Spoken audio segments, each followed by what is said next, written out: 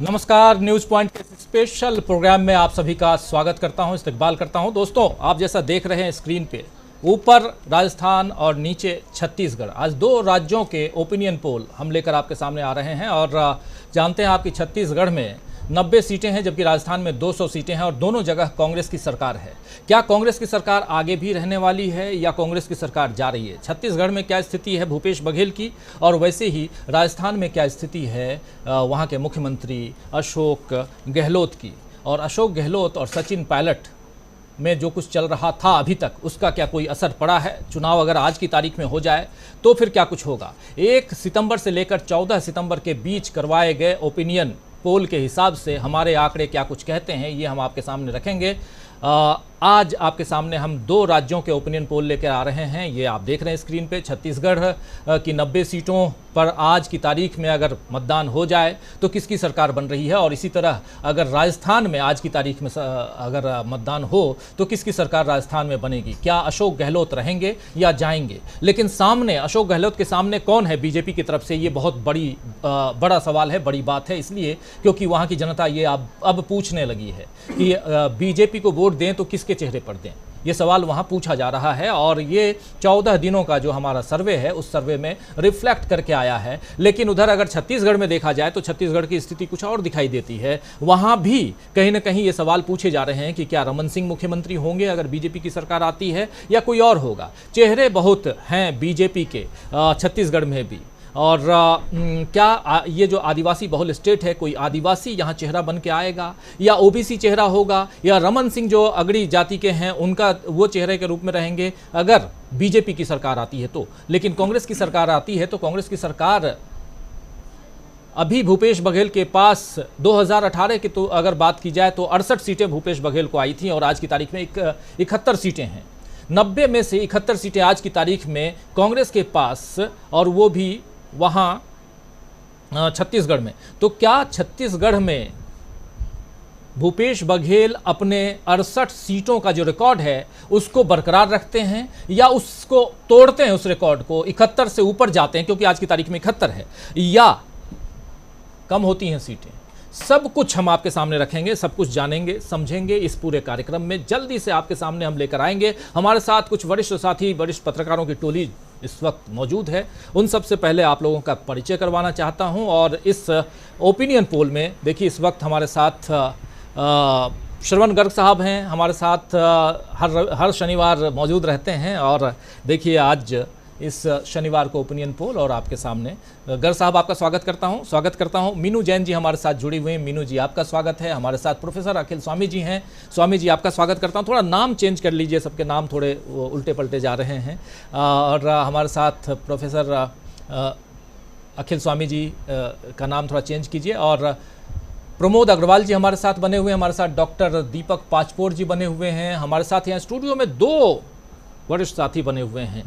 हमारे साथ हैं शकील अख्तर जी, आप सब परिचित हैं। और इलेक्ट लाइन के सीईओ विजय शुक्ला जी हमारे साथ जुड़े हुए हैं। विजय शुक्ला जी की टीम और डीबी लाइव की टीम, ये एक कलेक्टिव हम लोग हमेशा सर्वे करते हैं, इलेक्ट लाइन का सर्वे ये, और डीबी लाइव के लिए स्पेशली, और आपके सामने हम ये पेश करने जा रहे हैं। सबसे पहले छत्तीसगढ़ की बात अगर करें तो आना चाहता हूँ दीपक पाचपोर जी, आंकड़े लेकर आएंगे पहले, सबसे पहले छत्तीसगढ़ के। लेकिन उससे पहले एक कमेंट जरा छत्तीसगढ़ को लेकर के आप लोगों से करना। दीपक जी, आज अगर चुनाव हो जाए आपके हिसाब से किसकी सरकार बन रही है? दीपक जी डिस्कनेक्ट हैं, लेकिन प्रमोद अग्रवाल जी हमारे साथ जुड़े हुए हैं सीधे छत्तीसगढ़ से ही। प्रमोद जी,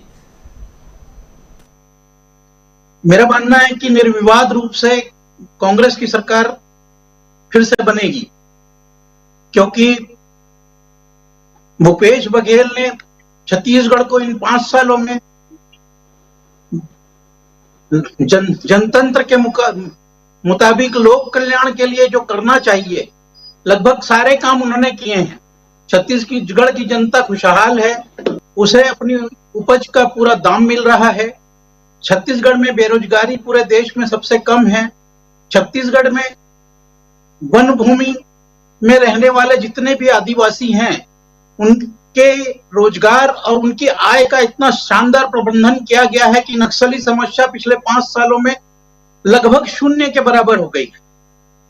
ये बहुत महत्वपूर्ण कारण है। और दूसरा सबसे महत्वपूर्ण कारण है कि उन्होंने जो यहाँ का आम छत्तीसगढ़ी था उसे उसी तरह जगाया जैसे बीजेपी ने 14 में हिंदुओं को जगा दिया था। उन्होंने बताया है कि छत्तीसगढ़ में आपकी संपदा है, आपका शासन है, आप ही लोग इसके कर्णधार हैं। बाहर का जो भी व्यक्ति आपका नेतृत्व करता है वो आपसे प्यार नहीं करता, अपनी सत्ता से प्यार करता है।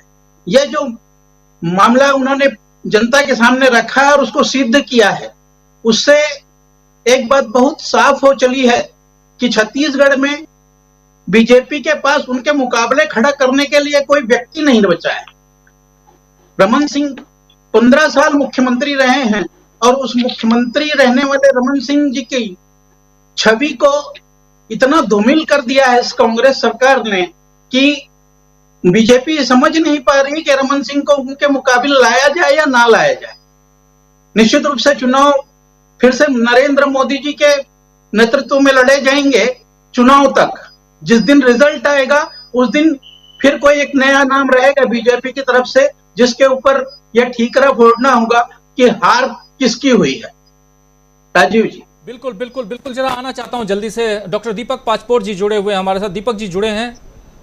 नहीं जुड़े हैं। दीपक जी का शायद कनेक्शन डिस्कनेक्ट है। लेकिन गर्ग साहब आपके पास आना चाहता हूं। बगल में छत्तीसगढ़ है, जरा आप किस नज़रिए से देखते हैं छत्तीसगढ़ को आज की तारीख में? अभी थोड़ी देर बाद हम छत्तीसगढ़ के हर अलग अलग इलाके के बारे में हम बात करेंगे, कहाँ कितनी सीटें और उस हिसाब से आज के ओपिनियन पोल के हिसाब से कितनी सीटें आती हुई दिखाई देती हैं, उन सब पर बात करेंगे। लेकिन आपका नज़रिया, आपका पॉइंट ऑफ व्यू कि आज चुनाव हो जाए तो किसकी सरकार आप देख रहे हैं?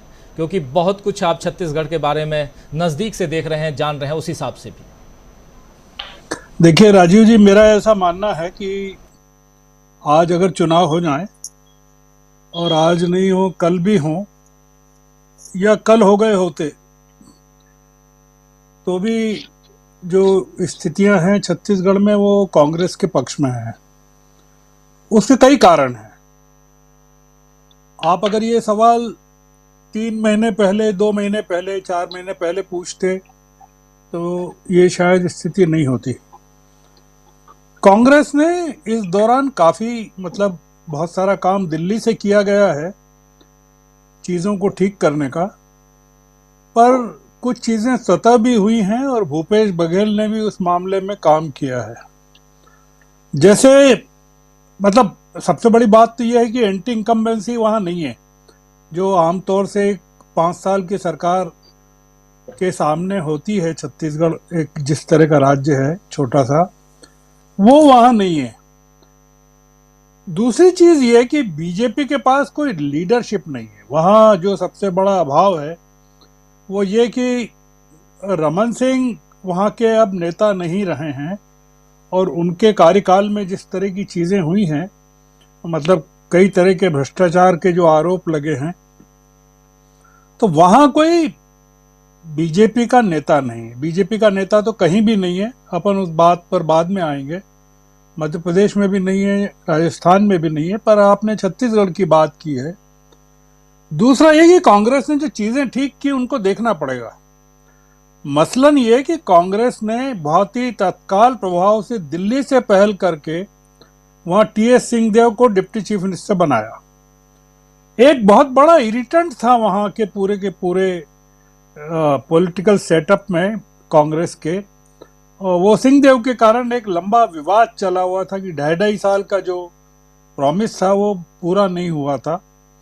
तो सिंहदेव साहब तैयार हो गए और वो स्थितियां वहाँ ठीक हो गई। वैसे ही वहाँ कांग्रेस अध्यक्ष को बदल दिया गया, छत्तीसगढ़ में जो प्रदेश अध्यक्ष थे उनको चेंज किया गया, क्योंकि उनकी इक्वेशन अभी चल नहीं रही थी ठीक से, जो मुख्यमंत्री हैं उनके साथ नहीं चल रही थी। और जो तीसरा बड़ा काम हुआ वो ये हुआ कि नंद कुमार साय का उसमें जो प्रवेश हुआ बीजेपी से, उसके कारण जो आदिवासी इलाकों में जो एक कमी थी, सिंहदेव साहब रिप्रेजेंट करते हैं उस इलाके को, सरगुजा को, पर उसके बावजूद जो एक आदिवासी चेहरा चाहिए जमीनी, और जो मतलब जिस तरह की अतीत रहा है नंद कुमार साय का, मध्य प्रदेश छत्तीसगढ़ दोनों को मिला के जो रहा है, उसको लेकर अगर देखें तो वो काफी बड़ी उपलब्धि है।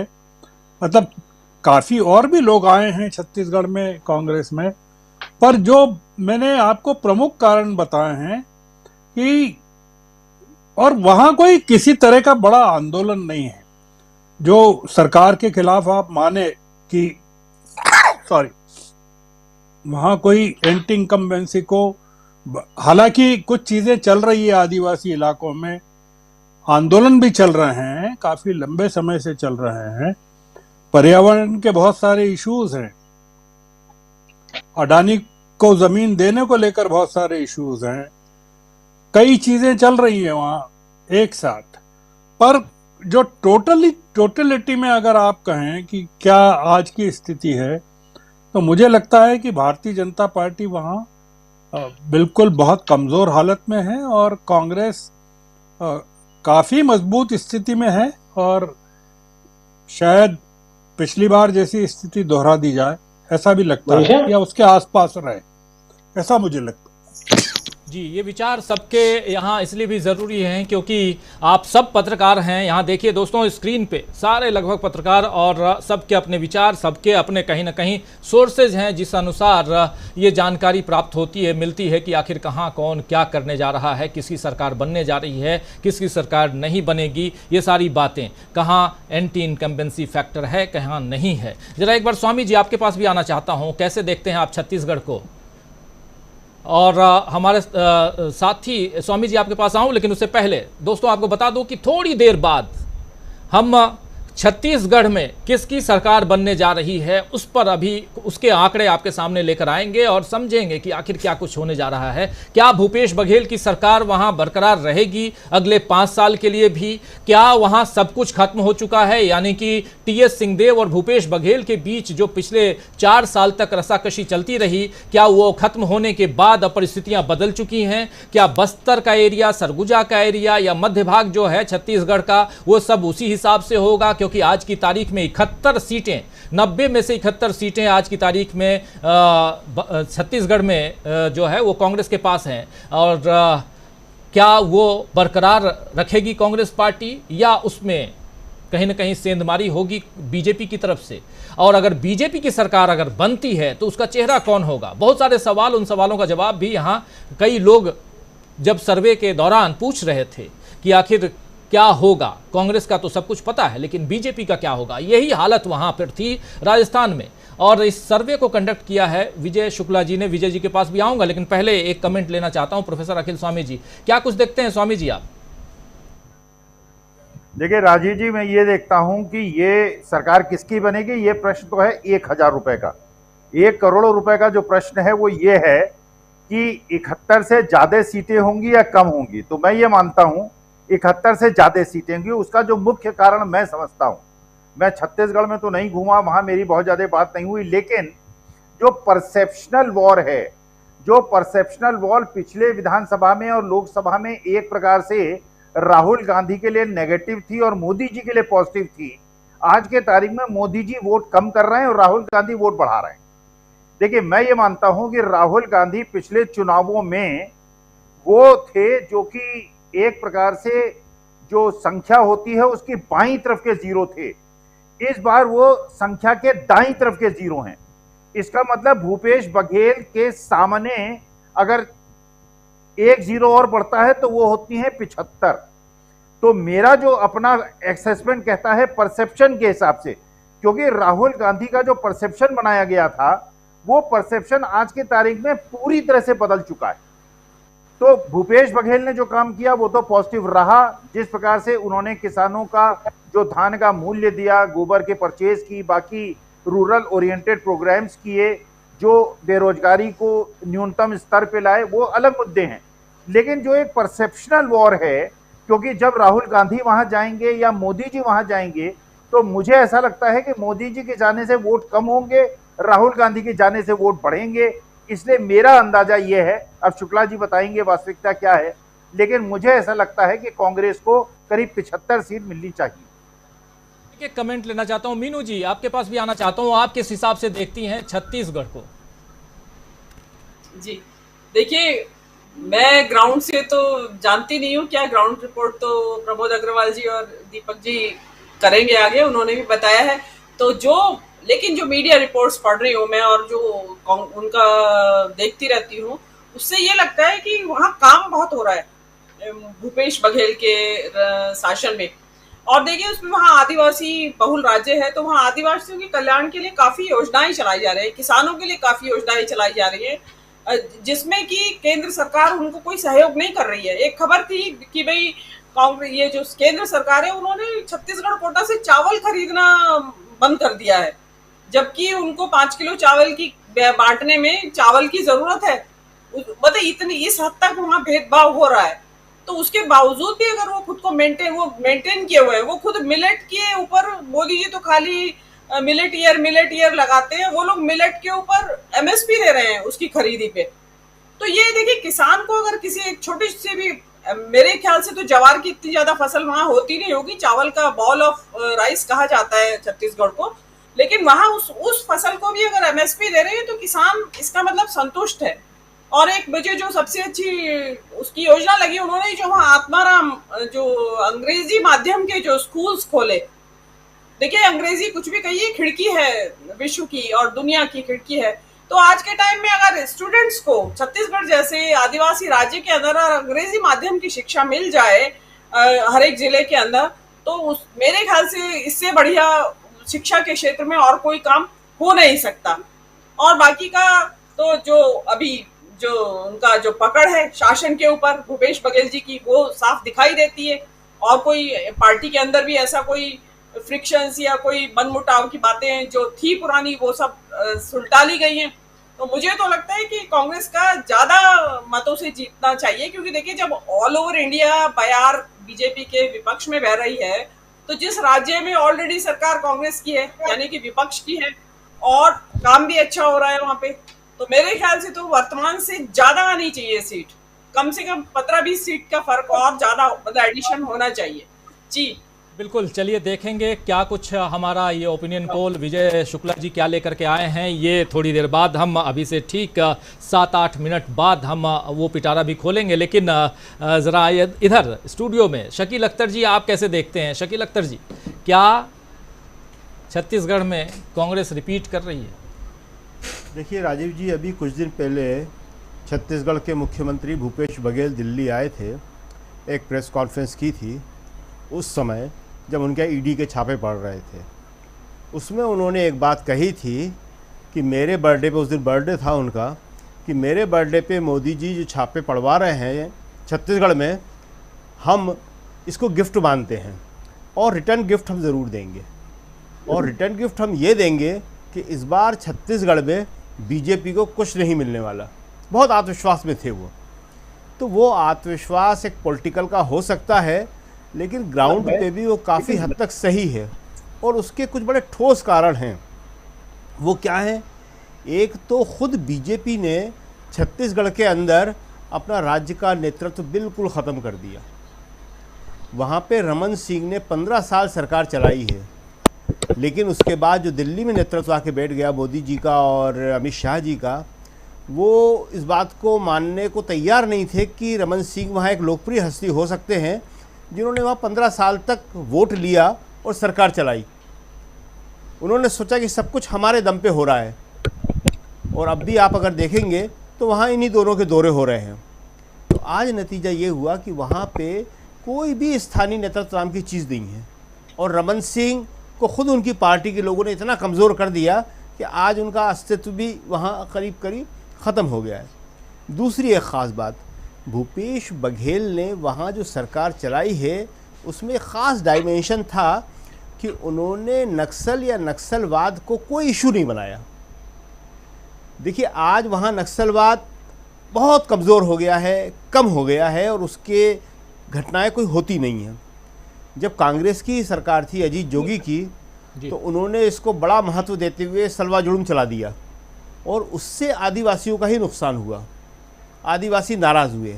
रमन सिंह जब आए तो उन्होंने जिस तरह से नक्सलों से निपटने की कोशिश करी वो आदिवासियों के विरोध में चला गया, लेकिन बैलेंस जो भूमिका निभाई है या जो नीति अपनाई है वो भूपेश बघेल ने अपनाई और उसका बड़ा फ़ायदा हुआ।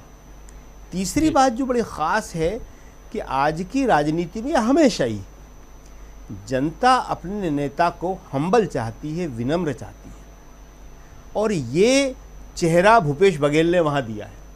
रमन सिंह ने भी दिया था, इसीलिए 15 साल वहाँ शासन कर लिया। अजीत जोगी देने में असफल रहे थे, कोशिश करते थे वो हम्बल बनने की, लेकिन ओवर स्मार्ट बन जाते थे वो, और उसका नुकसान ये हुआ कि वो 3 साल में ही उनकी सरकार वहाँ से चली गई। नहीं तो कोई कारण नहीं था कि वहाँ पे कांग्रेस की सरकार जाती 2003 में। तो ये एक जो चीज़ है ये आप अगले लोकसभा चुनाव में भी देखेंगे, और अभी उसकी बात शुरू हो गई है कि एरोगेंसी जो है वो जनता को बर्दाश्त नहीं है किसी भी हालत में। यहाँ एक छोटा संदर्भ मध्य प्रदेश का भी दे दें कि मध्य प्रदेश में भी 20 साल से 18 साल हो गए शिवराज सिंह चौहान को, तो उनके रहने का भी एक सबसे बड़ा कारण यही है कि उन्हें लोग अपने जैसा मानते हैं। पाँव पाँव मुख्यमंत्री उनको कहते हैं, हम्बलनेस, विनम्रता, ये जो चीज़ है ये बहुत काम में आने वाली चीज़ है। और इसी को जो राहुल गांधी का हमारे साथी लोग जिक्र कर रहे थे वो राहुल गांधी समझ रहे हैं। राहुल गांधी के इसी गुण के कारण आज उनकी लोकप्रियता लगातार बढ़ रही है। जी जी बिल्कुल, राहुल गांधी की लोकप्रियता क्या आने वाले चुनाव में, छत्तीसगढ़ के चुनाव में, राजस्थान के चुनाव में बीजेपी के सामने कांग्रेस के वोट बढ़ा पाएंगी, ये लोकप्रियता बढ़ा पाएगी क्या, एक बड़ा सवाल है। जरा आना चाहता हूं, दीपक जी जुड़ गए हैं हमारे साथ। दीपक जी, आपसे भी समझूं, आप चूंकि वहां हैं, प्रमोद अग्रवाल जी हैं छत्तीसगढ़ में, प्रमोद अग्रवाल जी जो बात कह रहे थे उनके हिसाब से, और तमाम साथी जितने भी आप लोगों के विचार आ रहे हैं सब कांग्रेस की तरफ इशारा कर रहे हैं कि रिपीट कर रही है कांग्रेस। आप क्या कुछ देखते हैं दीपक जी? जी देखिए, अब यहाँ चर्चा तो इस बात की हो रही है कि सीटें कम ज़्यादा कितनी होंगी। लगभग एकमत है, सभी तरह के सर्वे करने वाले या जो पॉलिटिकल एनालिस्ट हैं उनको ऐसा लग रहा है, और हम सब भी ऐसा जो देख रहे हैं सिनेरियो जो कुछ है उसमें भूपेश बघेल को मतलब उनका जो रिटर्न को जो लौटने में कोई बहुत ज़्यादा दिक्कत की बात नहीं है। तो इसके 2-3 कारण है, वैसे कुछ के तो जो कारण है वो काफ़ी लोगों ने बता दिए। 2-3 चीज़ें हैं। देखिए, उन्होंने भूपेश बघेल ने बहुत अच्छा प्रबंधन किया है, प्रशासन का बहुत अच्छा इफेक्टिव बनाया है उसको। उसके अलावा जो रमन सिंह के समय तक ऐसी बात थी कि यहाँ की जो अर्थव्यवस्था थी वो थी बड़े उद्योगों पर आधारित थी और शहर केंद्रित थी। इन्होंने ठीक नीतियों को पलट दिया भूपेश बघेल ने। आज जो हमारी अर्थव्यवस्था है छत्तीसगढ़ की वो एक तो गांव केंद्रित है और कृषि पर आधारित है। उन्होंने बहुत अच्छा एमएसपी दिया है, मतलब पूरे देश में सबसे ज्यादा जो किया जा रहा है एमएसपी दिया जा रहा है चावल पे, और उसके अलावा बहुत सारे प्रोडक्ट्स किए गए। मिलेट्स के लिए काफी उपजों को किया जा रहा है। राजीव जी, मेरी आवाज आ रही है क्या, क्योंकि वीडियो मेरा थोड़ा डिस्टर्ब है? बोलिए जी, दीपक जी बोलिए, आपकी आवाज आ रही है। राजीव जी, आवाज आ रही है मेरे? हाँ जी जी। तो इस तरीके से जो पॉलिसी को जो पूरा बदला गया तो उससे पूरे इससे पूरी जो अर्थव्यवस्था है उसमें बड़ा बदलाव आया है। यहाँ पर जो गोठान की जो योजना थी, और उस गोठान को मतलब जहाँ पे गायों को रखा जाता है कलेक्टिवली पूरे तरह से, अब रूरल इंडस्ट्रियल पार्क के रूप में उसको विकसित किया जा रहा है। लगभग 300 ऐसे, उसको रीपा बोलते हैं, 300 ऐसे रीपा जो है वो बनाए जा रहे हैं। इन चीजों से राजीव जी काफी कुछ परिवर्तन छत्तीसगढ़ में आया है, इसलिए ऐसा लगता है कि भूपेश बघेल को बहुत ज्यादा दिक्कत नहीं होनी चाहिए। दूसरी बात, अब जो दो तीन फैक्टर हैं जो उसको ध्यान में, शायद हमारे जो इसका ओपिनियन पोल का सर्वे दीपक जी उस पर भी बात करेंगे आगे, अभी जब आंकड़े हम लेकर आएंगे उस पर भी बात करेंगे। दोस्तों, आप समझ सकते हैं कि एक तरफ कांग्रेस पार्टी हैदराबाद में, तेलंगाना में उधर CWC की बैठक कर रही है, 3 दिनों की बैठक, उसमें अलग अलग रणनीतियां, कांग्रेस का अंदरूनी, बाहरी और चुनावी, और 5 दिनों का जो स्पेशल सेशन होने वाला है पार्लियामेंट का, यानी विशेष सत्र, उस पर भी रणनीति तैयार हो रही है। सारी चीजें उधर कांग्रेस कर रही है। दूसरी तरफ कांग्रेस और बीजेपी खासकर 3 राज्यों में आमने सामने यहाँ है, छत्तीसगढ़, राजस्थान और मध्य प्रदेश, और इन 3 में से 2 राज्य राजस्थान और छत्तीसगढ़ के आंकड़े, ओपिनियन पोल के आंकड़े अभी थोड़ी देर बाद हम आप तक पहुंचा पहुंचाएंगे और यहां हम जानने की कोशिश करेंगे कि क्या छत्तीसगढ़ और राजस्थान में कांग्रेस रिटेन करेगी, क्या कांग्रेस आगे भी, अगर राजस्थान में कांग्रेस दोबारा आती है तो एक रिकॉर्ड टूटेगा, क्योंकि हर 5 साल में राजस्थान में सरकार बदलने की परिपाटी रही है। क्या सरकार बदलने जा रही है, गहलोत की सरकार बदलने जा रही है, या गहलोत साहब रिटेन करेंगे, अपनी सरकार को बचा लेंगे? ये एक बड़ा सवाल है। इस सवाल से भी पर्दा हम उठाएंगे थोड़ी देर बाद, लेकिन उससे पहले पर्दा उठाने की कोशिश करेंगे हम। पिछली दफा 2018 में बम्पर सीट जो जीत के साथ में कांग्रेस सत्ता पर आई थी और रमन सिंह की विदाई हुई थी। 15 साल की सरकार रमन सिंह की थी, उसकी विदाई, और बुरी तरह से रमन सिंह की और बीजेपी की हार हुई थी। मात्र 15 सीटों पर बीजेपी उस वक्त सिमट गई थी और 68 सीटें आई थी कांग्रेस पार्टी को 2018 में। लेकिन क्या उस 68 से फिर बाई इलेक्शन में 3 सीटें और बढ़ गई कांग्रेस की और 71 सीटों पर कांग्रेस पहुंच गई? क्या 71 सीटों से ज्यादा होगी कांग्रेस की सीटें या 71 से कम होगी? सरकार बनाने के लिए 46 सीटें चाहिए, 46 सीट्स चाहिए, लेकिन क्या 46 सीट्स के आर पार रहेगी कांग्रेस या वहां तक पहुंच जाएगी बीजेपी? बहुत कुछ है। छत्तीसगढ़ को 3 भाग में हमने बांटा है। एक भाग बस्तर है, बस्तर का एरिया जो दक्षिण छत्तीसगढ़ है, एक भाग सरगुजा है जो ऊपरी यानी उत्तरी छत्तीसगढ़ है, और एक मैदानी भाग है जो छत्तीसगढ़ का जो लैंड एरिया कहलाता है, वो एरिया। 3 भाग, और बस्तर भाग में 12 सीटें हैं, जबकि सरगुजा में 14 सीटें हैं। और सबसे मज़ेदार बात आपको यहाँ बता दूं कि बस्तर की 12 सीटें पिछली दफ़ा कांग्रेस के पास थीं 2018 में। सरगुजा की 14 सीटें कांग्रेस के पास थी 2018 में। और क्या अब ये 12 और 14, ये जो 26 सीटें हैं, ये रिटेन करने जा रही है कांग्रेस या नहीं? बड़ा सवाल है। इस सवाल से पर्दा उठाएंगे। चलिए जरा अब जल्दी से बस्तर एरिया में विजय शुक्ला जी के पास पहले आ जाऊं। एक कमेंट आपसे ले लेता हूं, उसके बाद बस्तर का देखते हैं कि बस्तर की 12 सीटों में से किसको कितनी आ रही हैं। विजय जी, इस पूरे ओपिनियन पोल सर्वे के समय छत्तीसगढ़ में आपको क्या कुछ दिखाई दिया? राजीव जी, सबसे पहले तो जब छत्तीसगढ़ का सर्वे शुरू हुआ तो पहला सवाल तो यही था कि सरकार बचेगी या फिर नहीं बचेगी। लेकिन उन सब के दायरे में कई ऐसी चीज़ें आई जिसको लोग महसूस कर रहे हैं। जैसे हमारे सर्वे के दौरान अमित शाह का सहारा वाली स्कीम के लिए पैसा देने की बात करना, क्योंकि छत्तीसगढ़ ऐसा एरिया है जहां पर इसके लाभान्वित ज़्यादा लोग जुड़े पड़े हैं। कई ऐसे परिवार हैं जिनको इस स्कीम की ज़रूरत थी। बाकी जितनी सरकारी योजनाएं चल रही हैं, चाहे वो धान की खरीद को लेकर के है, बाकी चीज़ों को लेकर के है, इन सब को लेकर के जब हमने सरकार की योजनाओं, सरकार की अपनी पहल को जानने की कोशिश की तो भूपेश बघेल के खिलाफ कोई ऐसी आवाज़ तो नहीं दिखी, लेकिन उनके मंत्रियों के खिलाफ ज़रूर दिखी। जो ये मंत्रियों के खिलाफ एंटी इनकम्बेंसी का मामला है, यह भूपेश बघेल के लिए खतरा हो सकता है। बस्तर में जाने पर हमें कुछ चीज़ें बिल्कुल अलग दिखी। जब आप सवाल जवाब करते हैं धान की खरीद फरोख्त की, तो बस्तर इससे महरूम है। तो जब बस्तर में इसका असर नहीं है तो बस्तर के लोगों का रिएक्शन बिल्कुल अलग था। तो हमने कोशिश की कि हर तरीके के रिएक्शंस को लें, क्योंकि जितना दूर तक हमने जाने की कोशिश की, गांव में जाहिर सी बात है कि भले अमित शाह जी चाउर वाला चोर कहें और रमन जी चाउर वाले बाबा के रूप में फेमस थे, लेकिन आज भूपेश बघेल ने गांव देहात में एक उम्मीद ज़रूर जगाई है। तो उस उम्मीद का भी रिएक्शन हमारे सर्वे में दिखता है। लेकिन जैसा मैंने बोला कि कुछ विधायकों के प्रति, कुछ मंत्रियों के प्रति जो सीधे एंटी इनकम्बेंसी का माहौल बना है, क्योंकि उनकी जायदाद में बढ़ोतरी सवाल खड़ा कर रही है कि आखिर बिना भ्रष्टाचार के, बिना किसी चीज़ के ऐसे विधायक बढ़े कैसे जी। तो ये सब आने वाले समय में हमारे सर्वे में दिखेंगे। आंकड़ों में जो ये दिख रहा है कि बम्पर जीत हो सकती है, वो उन आंकड़ों में आपको दिखेगा कि बम्पर जीत ना होने के पीछे क्या कारण है।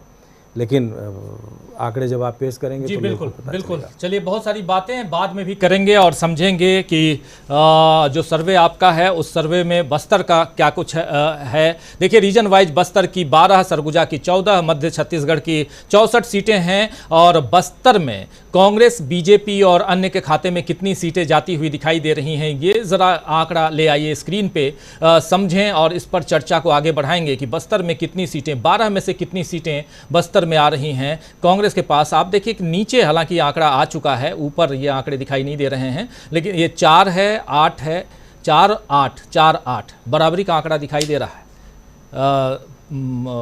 विजय जी, कांग्रेस को 4 से 8 सीटें बस्तर में और बीजेपी को भी 4 से 8 सीटें। अगर दोनों के वो देखें हम मीन निकालें तो 6 सीटें, 6 सीट कांग्रेस को और 6 सीट बीजेपी को, और 12 में से, और सबसे मज़ेदार तथ्य यहाँ ये कि 12 की 12 सीटें थी कांग्रेस के पास, लेकिन इस बार 50% अपने खाते में बीजेपी ले जाते हुए दिखाई दे रही है। जो अभी आप कह रहे थे चावल वाला मामला है या कुछ और भी मामला है, बस्तर की 12 में से 6 सीटें यहाँ कांग्रेस लूज कर रही है, आखिर क्यों?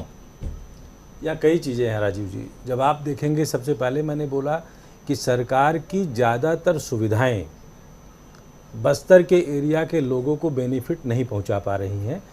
कुछ तो बिल्कुल साफ तौर पर पहुंचा रही हैं, जैसे वन उपज की खरीद फरोख्त की बात है, लेकिन वहाँ लोगों का एजुकेट ना होना, लोगों का उस तरीके से सिस्टम से जुड़े ना होना, ये सवाल है। लेकिन जब धान की खरीद फरोख्त की बात होती है तो लगता है कि ये लोगों को माला माल बनाएगा, लेकिन बस्तर के लोगों के पास ये माला माल बनने की वो है नहीं व्यवस्था।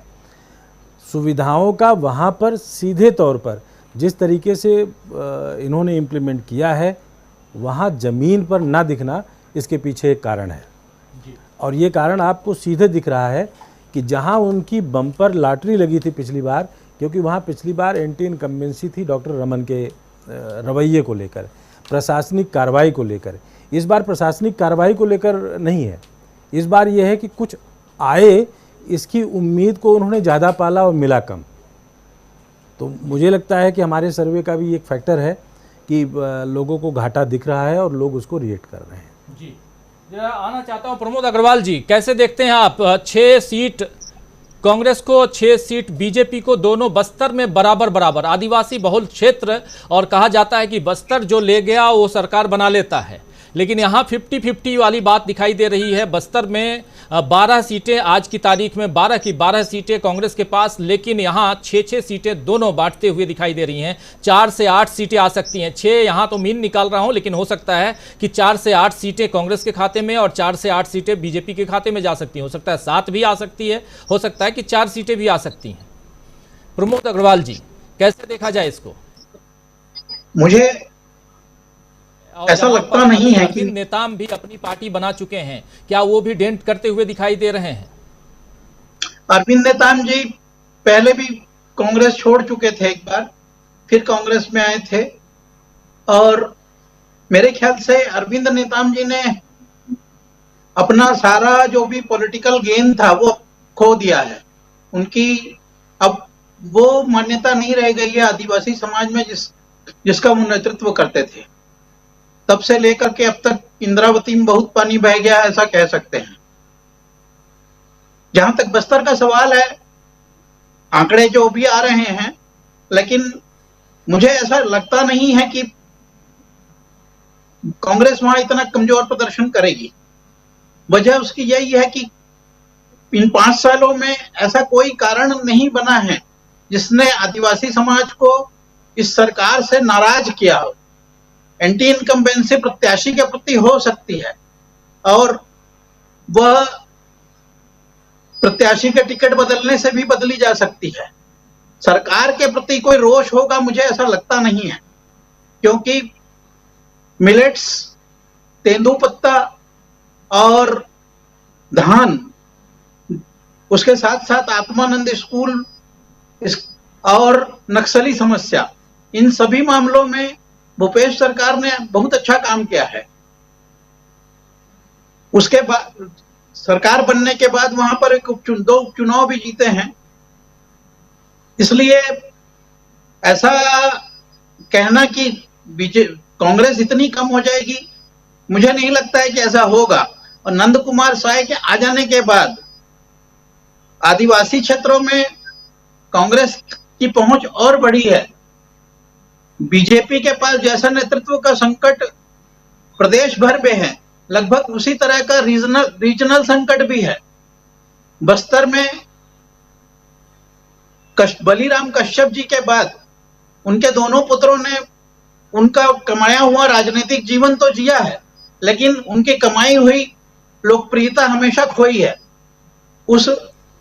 बिल्कुल उस खोने की बिल्कुल के बाद प्रमोद अभी तक अग्रवाल जी आता हूं, इसमें बहुत सारी बातें हम करेंगे। जरा एक आंकड़ा और लेके आता हूं, फिर उसके बाद जरा और आगे बढ़ते हैं, क्योंकि दक्षिण भाग जो है छत्तीसगढ़ का, वहां बस्तर जहां 12 सीटें हैं और उसमें 6 में बढ़ती हुई दिखाई दे रही हैं, 4 से 8 और 4 से 8 बीजेपी और कांग्रेस 50% पे बिल्कुल यहाँ। और बस्तर के आदिवासियों में बहुत ज़बरदस्त पकड़ बनाने की कोशिश पिछले 5 साल में बीजेपी ने भी की है, ये किसी से ये बात छिपी नहीं है। लेकिन अगर हम सरगुजा चलते हैं, सरगुजा की 14 में से 14 सीटें आज की तारीख में कांग्रेस के पास हैं, और ये वही एरिया है जहां से टीएस सिंहदेव उर्फ बाबा नजर आते हैं, और वो अभी पिछले दिनों छत्तीसगढ़ के उप मुख्यमंत्री बनाए गए हैं। लगातार पिछले 4 साल तक नाराज रहे। श्रवण गर्ग साहब उनके बारे में भी बता रहे थे, 2.5 साल की जो बात हुई थी वो पूरी नहीं हुई। बहुत कुछ यहाँ चलता रहा,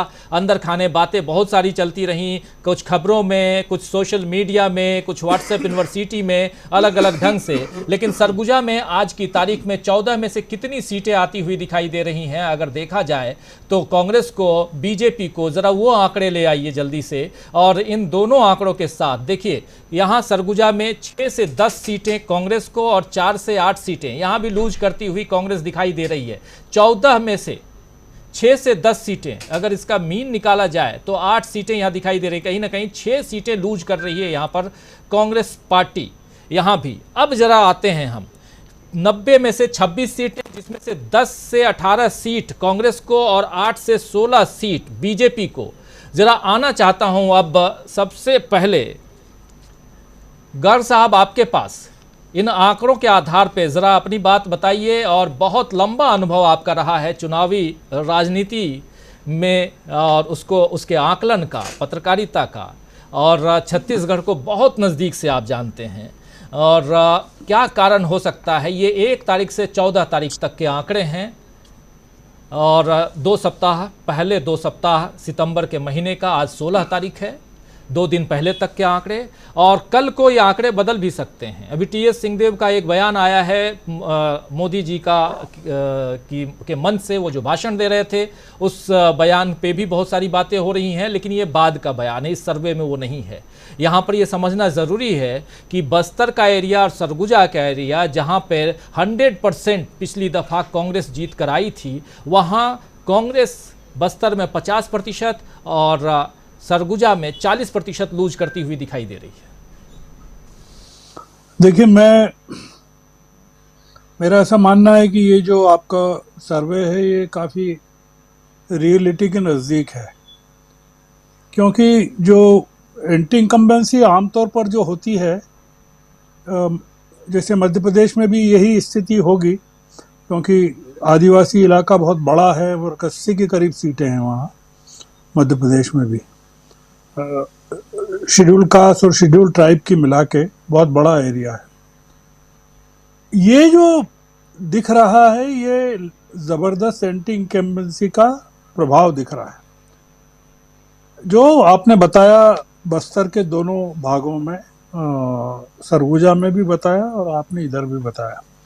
इसमें केवल एक फैक्टर जो मेरे समझ के बाहर है, वो शायद विजय शुक्ला जी बताएंगे कि बीजेपी के पक्ष में क्या है, क्यों है वहाँ, क्योंकि बीजेपी के पास कोई लीडरशिप तो है नहीं दोनों जगह पर, मतलब बस्तर में भी और सरगुजा के इलाके में भी। वैसे तो टोटलिटी में नहीं है, पूरे छत्तीसगढ़ में नहीं है, पर जितनी कांग्रेस के प्रति सहानुभूति रही है छत्तीसगढ़ के इलाके में अतीत में भी, और जब वो यूनाइटेड मध्य प्रदेश था तब भी बहुत बड़ा इलाका था, तब तो आदिवासी इलाका, तब भी जो इस तरह की एंटी इनकम्बेंसी जो बता रहे हैं विजय शुक्ला जी, कि कोई लाभ नहीं मिला, जो मेजर रीजन वो बता रहे हैं, उस पर यकीन करने का क्या कारण होना चाहिए कि बीजेपी के पक्ष में उन इलाकों, देखिए मेरा इसमें एक मानना है, वो थोड़ा सा गलत भी हो सकता है, मैं चूंकि बिलोंग नहीं करता हूँ छत्तीसगढ़ को, पर विजिट करता रहता। उन्होंने दो चीजें जो कही, मैं अभी गया था रायपुर, जो एंटी इनकम्बेंसी है मिनिस्टरों के खिलाफ भी है जबरदस्त और एमएलएस के खिलाफ भी है। ये हो सकता है कि अभी टिकट घोषित नहीं हुए हैं और छत्तीसगढ़ में काफी नंबर्स में टिकट्स बदले जाएं, नए लोगों को दिए जाए। आपने अगर देखा हो कि बीजेपी ने जो अभी अनाउंस किए हैं वो सारे नए लोगों को दिए हैं उन्होंने टिकट, पुराने बहुत कम दिए। मतलब एक तो हमने बात भी की थी, एक तो उन्होंने भूपेश बघेल के खिलाफ उनके भतीजे को ही खड़ा कर दिया है जो कि सांसद हैं, विजय बघेल को। तो बीजेपी कैंडिडेट्स के चुनाव में बहुत सावधानी से काम कर रही। मेरा एक मानना है, जो ये शायद बता सकते हैं विजय जी, कि ये 4-8 का और 4-4 का मामला मैं नहीं मानता हूं, या 4-8 का नहीं मानता हूं, या 6-10 का नहीं मानता हूं। मेरा ऐसा मानना है कि अगर ये पूरा का पूरा मामला अगर बढ़ा, मेरी आवाज आ रही है कि नहीं आपको राजीव जी? हेलो, आ रही है, बिल्कुल आ रही है, प्लीज बोलिए। मेरा ऐसा मानना है कि एन ब्लॉक पूरा आदिवासी इलाका या तो बीजेपी के पक्ष में जाएगा या कांग्रेस के पक्ष में जाएगा। आदिवासी इलाकों में इस तरह का डिवीजन नहीं होता है जिस तरह का अर्बन एरियाज में आपको देखने को मिलता है या सेमी अर्बन इलाकों में देखने को मिलता है।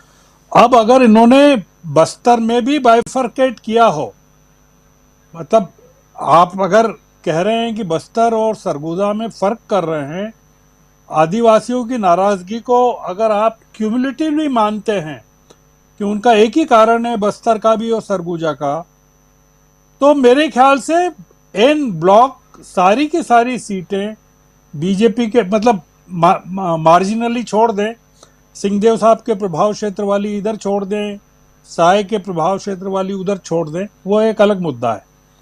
एन ब्लॉक फिर तो बीजेपी के पक्ष में जाना चाहिए, और मुझे कोई ऐसा ऑब्वियस रीजन दिखता नहीं है वहाँ छत्तीसगढ़ में इस समय कि इतनी डीमोरलाइज पार्टी रही है जब से रमन सिंह सत्ता से बाहर हुए हैं, और जो भ्रष्टाचार के आरोप उनकी ब्यूरोक्रेसी के खिलाफ, उनके खिलाफ, उनके परिवार के खिलाफ चलते रहे, जांचें जो चलती रही है, उसके कारण कोई वहाँ इतना बड़ा फर्क हो कि बीजेपी ने कोई बड़ा नेता खड़ा कर दिया हो वहाँ छत्तीसगढ़ में जो आदिवासी वोटों को प्रभावित कर सकता, वो मुझे दिखता नहीं है। तो इसलिए मैं ये जो मतलब विजय जी से सुनेंगे कि उनका कोई कारण तो होगा, लॉजिक तो होगा, उसके बिना तो वो इस तरह की बात कहेंगे नहीं। मैं डिवीजन को नहीं मानता हूँ, मतलब 4-4 या 4-8 या 6-10 को नहीं मानता हूँ मैं। या तो ये मानता हूँ 8-1, 8-2, और इधर सरगुजा में मैं मानता हूँ कि मतलब 12-2, 11-3, ये मानता हूँ मैं।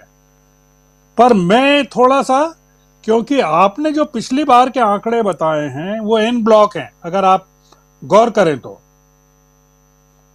कि 12 की 12 और 14 की 14, ये आदिवासियों का जो रोड मैप है थिंकिंग का, वो डिवीजन वाला नहीं है, वो एक कंसेंसस वाला है कि ये करना है, और वो by word of mouth travel करता है कि इस बार ये हवा है।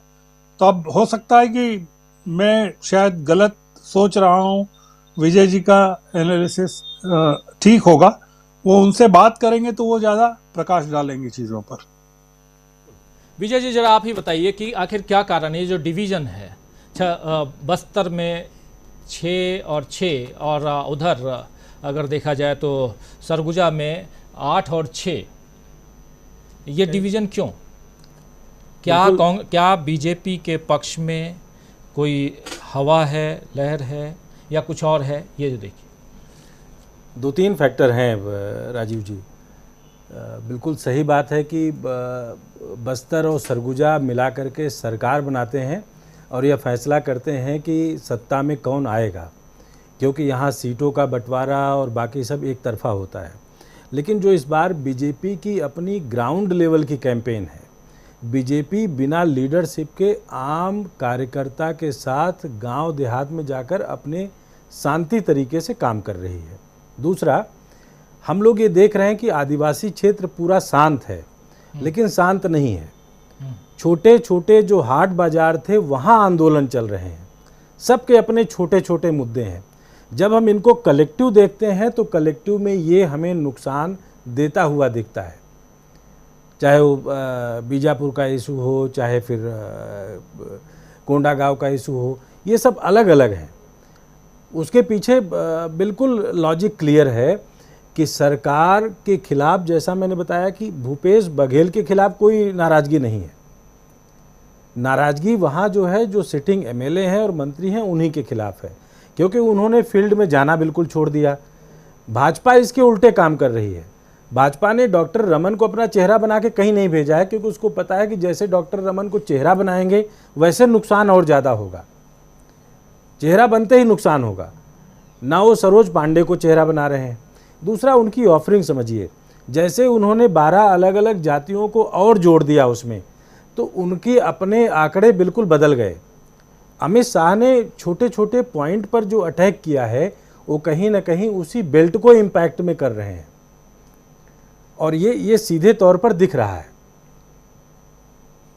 ठीक है, ठीक है, वो इम्पैक्ट वाली बात। और सबसे बड़ी बात की एंटी इनकम्बेंसी, जिसके बारे में गर्ग साहब पहले भी कह रहे थे कि जो उनके मंत्री हैं, जो आज के जो एमएलए हैं कांग्रेस पार्टी के, और चूंकि कांग्रेस ने अभी तक टिकट डिक्लेयर नहीं किया है, उम्मीदवारों की घोषणा नहीं हुई है, तो उस हिसाब से भी अभी बस्तर को और सरगुजा को देखना होगा। लेकिन मैदानी भाग में क्या कुछ है? मैदानी भाग में 64 सीटें हैं। उन 64 सीटों को भी ला करके और फिर हमारे इसको ओपन करते हैं और ओवरऑल देखते हैं कि क्या कुछ सीन वहां दिखाई दे रहा है। छत्तीसगढ़ में 64 सीटें मध्य छत्तीसगढ़ में है मैदानी भाग, और इस सरगुजा बस्तर छोड़ करके तो इस 64 में से कितनी सीटें कांग्रेस को, कितनी सीटें बीजेपी को, ओवरऑल कितनी सीटें आ रही हैं कांग्रेस को और बीजेपी को, सरकार किसकी बनने जा रही है? अभी देखिए 10 और 18 कांग्रेस को 26 में से, और 8 और 16 बीजेपी को इन 26 सीटों में से। लेकिन क्या मध्य छत्तीसगढ़ में बीजेपी लीड करेगी या कांग्रेस लीड करेगी? ये बड़ा सवाल है। जरा उसको स्क्रीन पर ले आइए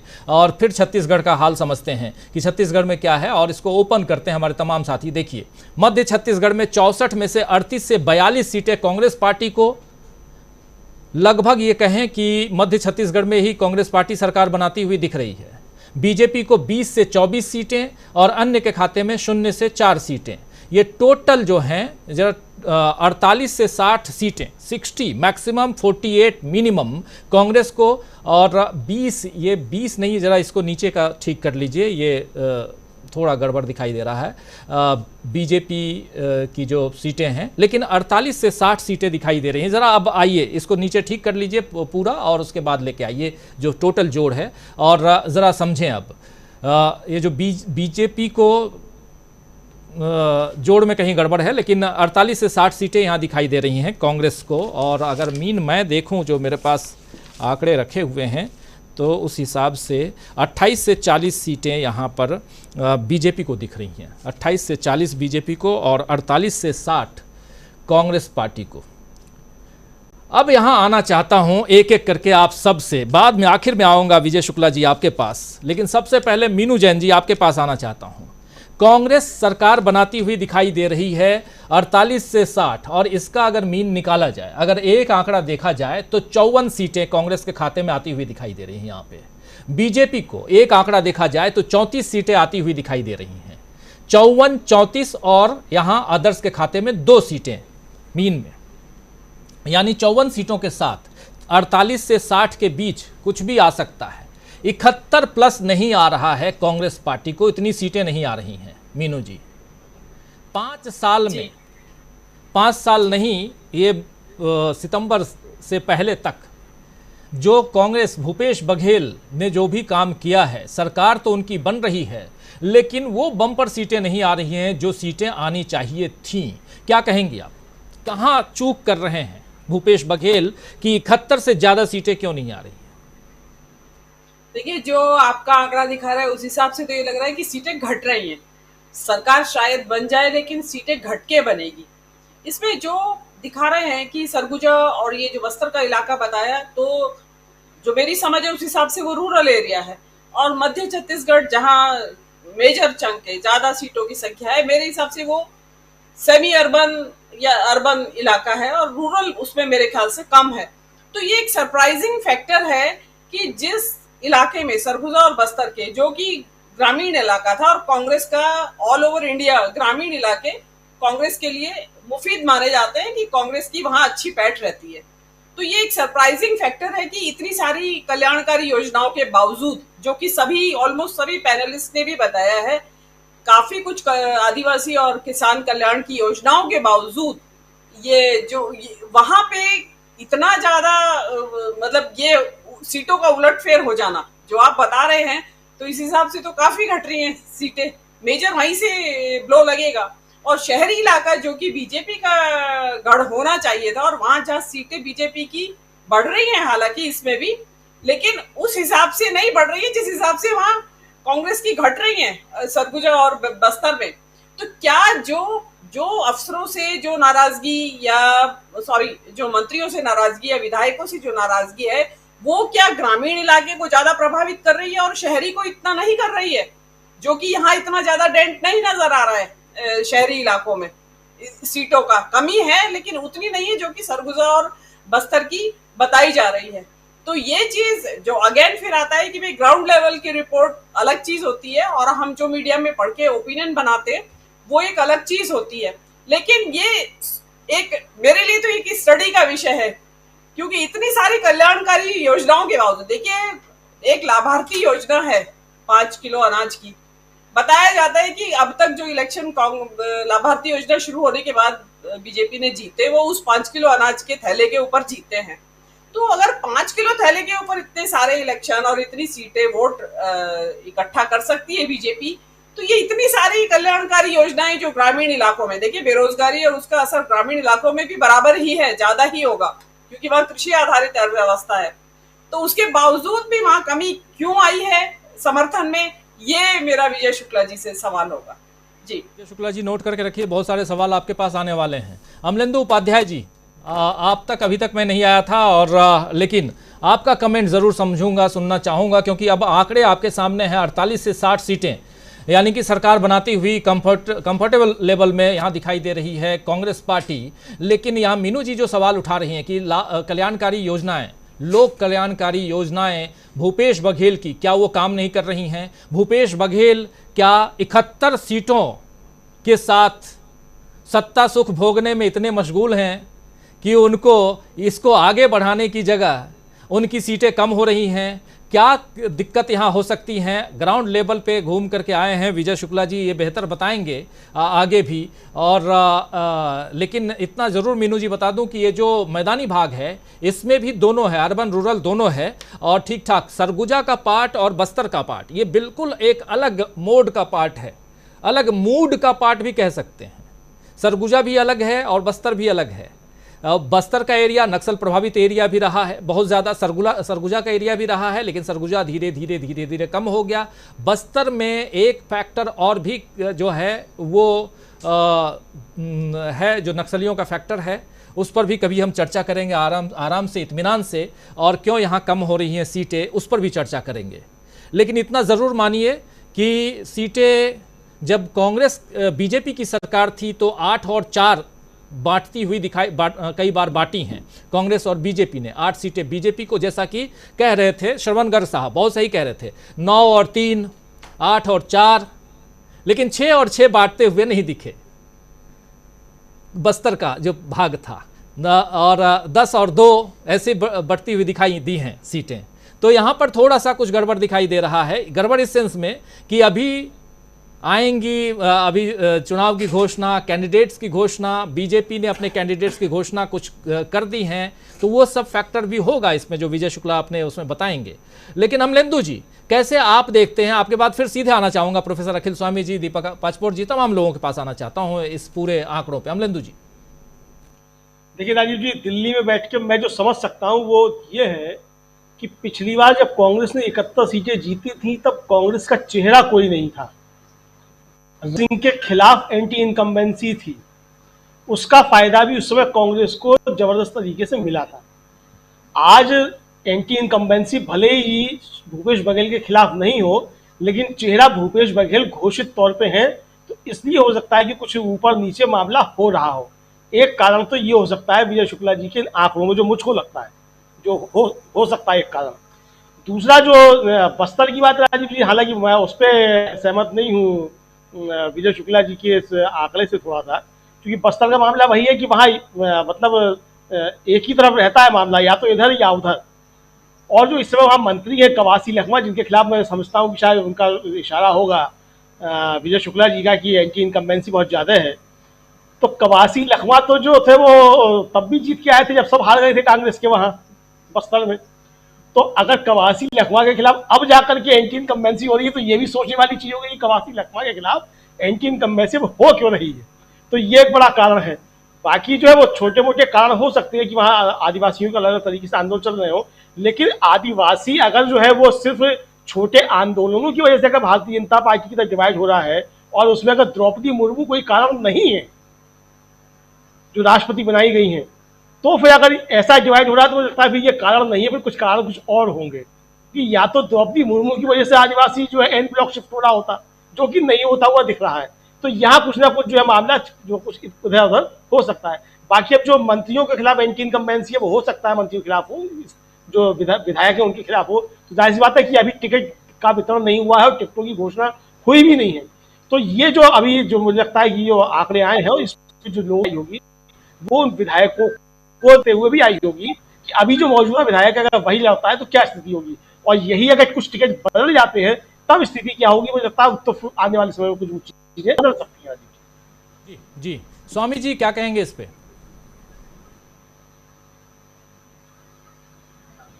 देखिए राजीव जी, जो पहली बार मैंने कहा था कि पिछली बार के चुनाव से 2-3 सीटें कांग्रेस को ज्यादा मिलेंगी, अब मैं उसे एक्सप्लेन करता हूं। मुझे हो सकता है जो शुक्ला जी ने अभी फील्ड सर्वे किया है अभी की स्थिति में वो ठीक हो। देखिए 3 फैक्टर्स हैं जिसकी वजह से जो मैं अनुमान लगा रहा हूं वो सही होगा, ये हम बाद में डिस्कस करेंगे जब इलेक्शन के रिजल्ट्स आ जाएंगे। पहली स्थिति यह है कि हमेशा अपोजिशन की ऑर्गेनाइजेशनल फोर्सेस, फाइनेंशियल रिसोर्सेज एक दूसरे के खिलाफ लड़ते थे। अब मुझे लगता है कि स्ट्रेटेजिक अलायंस, अगर आम आदमी पार्टी वहां चुनाव लड़ती है भी तो भी वो ये जानती है कि विधानसभा के ये जो 5 चुनाव हैं इनका प्रभाव लोकसभा में बहुत ज्यादा होगा और अंत में इनको लोकसभा में आपस में मिलकर लड़ना है। तो आम आदमी पार्टी जो कैंडिडेट्स खड़ा करेगी वो इस लक्ष्य और उपलक्ष्य में खड़ा करेगी कि उसको कांग्रेस के वोट नहीं काटने हैं, बीजेपी के वोट काटने हैं। और जहां 3-4 ऐसी जगह होंगी जहां आम आदमी पार्टी के कैंडिडेट जीतने वाले होंगे वहां कांग्रेस वीक कैंडिडेट्स खड़ा करेगी, नंबर 1। नंबर 2, जिस चीज की शुरुआत अभी नहीं हुई है, जो भोपाल से फर्स्ट वीक ऑफ अक्टूबर में शुरुआत होगी।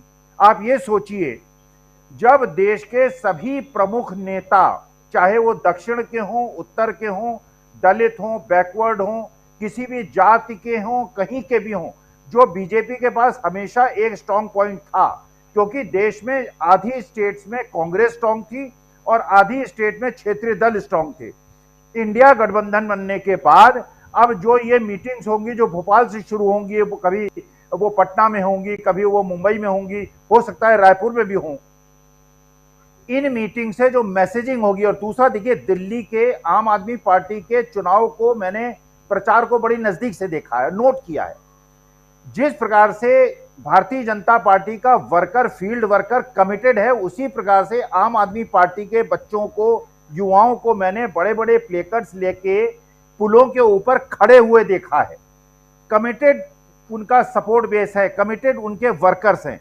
तो एक तो जो एनर्जाइज हुआ है, और अभी राहुल गांधी की जो पदयात्रा नॉर्थ में चलेगी, छत्तीसगढ़ नहीं जाएगी, इधर जाएगी। लेकिन एक और दूसरा, जो छत्तीसगढ़ के अंदर लोग पहुंचेंगे वो कांग्रेस के सारे देश के लोग पहुंचेंगे, क्योंकि वो जानते हैं इनका बहुत महत्वपूर्ण स्थान है। और बीजेपी की तरफ से जो नेता वहां पहुंचेंगे वो केवल अमित शाह और नरेंद्र मोदी पहुंचेंगे, उसमें राजनाथ सिंह या नितिन गडकरी या उस टाइप के लोग नहीं होंगे। तो मुझे लगता है शुक्ला जी ने जो अभी कहा है हो सकता है सच हो, लेकिन अगले 2.5-3 महीने में जिस प्रकार से परिवर्तन होगा। और दूसरी एक और चीज, लास्ट चीज कहता हूं, देखिए बीजेपी का जो वोटर होता है वो होता है वोकल वोटर, कांग्रेस का जो वोटर होता है वो होता है साइलेंट वोटर। और बीजेपी और एक और बीजेपी की रणनीति, खैर आपसे बेहतर कौन जानता होगा, मैं तो केवल सुनी सुनाई बात कर रहा हूं। ऑर्गेनाइज्ड होता है, जहां पे भी इस प्रकार के पोल होते हैं वहां उनके लोग ऑर्गेनाइज्ड वे में वहां भेजे जाते हैं और वो चुनाव को प्रभावित करते हैं।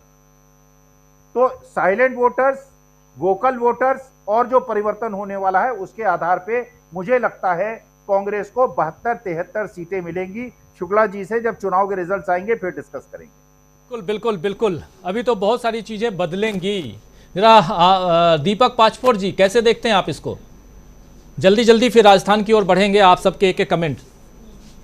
देखिए, पहले तो जो बस्तर और सरगुजा की बात करूं तो इससे जो शुक्ला जी ने फिगर दी है वो वास्तविकता के काफी नजदीक जो है, का कोई मुद्दे नहीं है या कोई सरकार के खिलाफ नाराजगी, विधायकों के खिलाफ नाराजगी, ये बात नहीं है। 3 ऐसे फैक्टर्स हैं जिसके कारण इनकी सीटें जो है वो कांग्रेस की कम होने जा रही हैं। पहला तो जो है, जो अरविंद नेताम ने जो नई पार्टी बनाई है उसका नाम है हमर राज पार्टी, और उन्होंने बाकायदे ऐलान किया है कि वो 50 जगहों पे अपने उम्मीदवार खड़े करने जा रहे हैं। छत्तीसगढ़ में 29 सीटें में तो 29 सीटों पर तो सीधे सीधे जो है वो आरक्षित हैं और वहां पर इनका आदिवासियों की ही बहुलता है। 20 सीटें ऐसी हैं राजीव जी जहां पर 20 से 1000 आदिवासी हैं। तो अरविंद नेताम ने जैसे पेशा कानून ठीक से लागू नहीं हुआ और दूसरे फॉरेस्ट राइट्स एक्ट ठीक से लागू नहीं हुआ छत्तीसगढ़ में, इससे नाराज होकर करीब 5-6 महीने पहले उन्होंने इस्तीफा दे दिया था और वो अपनी अलग पार्टी। दूसरा जो है, आप पार्टी, आम आदमी पार्टी भी जो है बहुत गंभीरता से चुनाव लड़ रही है। उन्होंने भी ऐलान किया है कि सभी 90 सीटों पर वो जो है अपने उम्मीदवार खड़े करेंगे। यहाँ पर भगवंत मान और दूसरे अरविंद केजरीवाल ये 2-2, 3-3 दौरे बाकायदे कर चुके हैं, बड़ी रैलियां कर चुके हैं और बाकायदे आश्वासन दिया गया है यहाँ की यूनिट को, आम आदमी पार्टी की यूनिट को, आप पूरा जोर लगा के आप चुनाव लड़िए, आपको संसाधनों की कमी नहीं होने दी जाएगी। ये 2 फैक्टर। और तीसरा जो है, टीएस सिंहदेव जी का जो रुख है वो क्या होगा, इसके ऊपर बहुत कुछ निर्भर होने जा रहा है। आप याद कीजिए, अभी 4-5 दिन पहले मोदी जी यहाँ पे आए थे। मोदी जी के साथ जब वो रायगढ़ में जब वो स्टेज जो शेयर कर रहे थे, सिंहदेव जी ने उनकी तारीफ की मोदी जी की और उन्होंने ये कहा कि मोदी जी को कभी भेदभाव करते हुए नहीं देखा। वो जब भी आए हैं छत्तीसगढ़ को उन्होंने कुछ न कुछ दिया ही है, ये उन्होंने स्टेज पर बोला है और ये डॉक्यूमेंटेड उनका वर्जन है। तो ऐसा उनके उम्मीदवार हो सकता है कि सीधे ना हो, लेकिन उनके प्रभाव में जो लोग हैं वो अगर खड़े होते हैं चुनाव, मैं नहीं जानता कि सर्वे में शुक्ला जी ने इस फैक्टर्स को ध्यान में लिया है नहीं लिया है। मेरा ऐसा ख्याल है कि केवल मुद्दों पर आधारित अगर बातचीत हुई होगी तो मुद्दों पर आधारित आने वाले समय की पिक्चर को जो है बहुत क्लियर नहीं कर रहा है। ये 3 फैक्टर जो मैंने बताए, ये कांग्रेस की सीटों को घटाने के लिए काफी बड़े पैमाने पर जो है वो कारगर हो सकते हैं। वरना निश्चित रूप से ग्रामीण इलाकों में जो काम हुआ है, एक समय था जो केवल 7 ऐसे वनोपज थे जिन्हें सरकार जो है वो खरीदती थी। आज देखिए लगभग 57 ऐसे वनोपज हैं, वनों में होने वाले लघु वनोपज हैं जिनको सरकार खरीद रही है।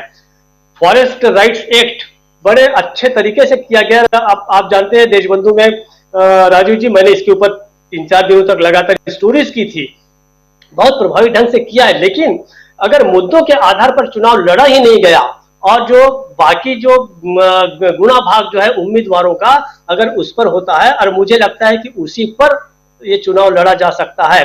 वरना मुझे लगता है कि भूपेश बघेल के सरकार के खिलाफ ऐसी कोई इतनी बड़ी नाराजगी है कि सीधे सीधे उनकी 20-25 सीटें कम हो जाए।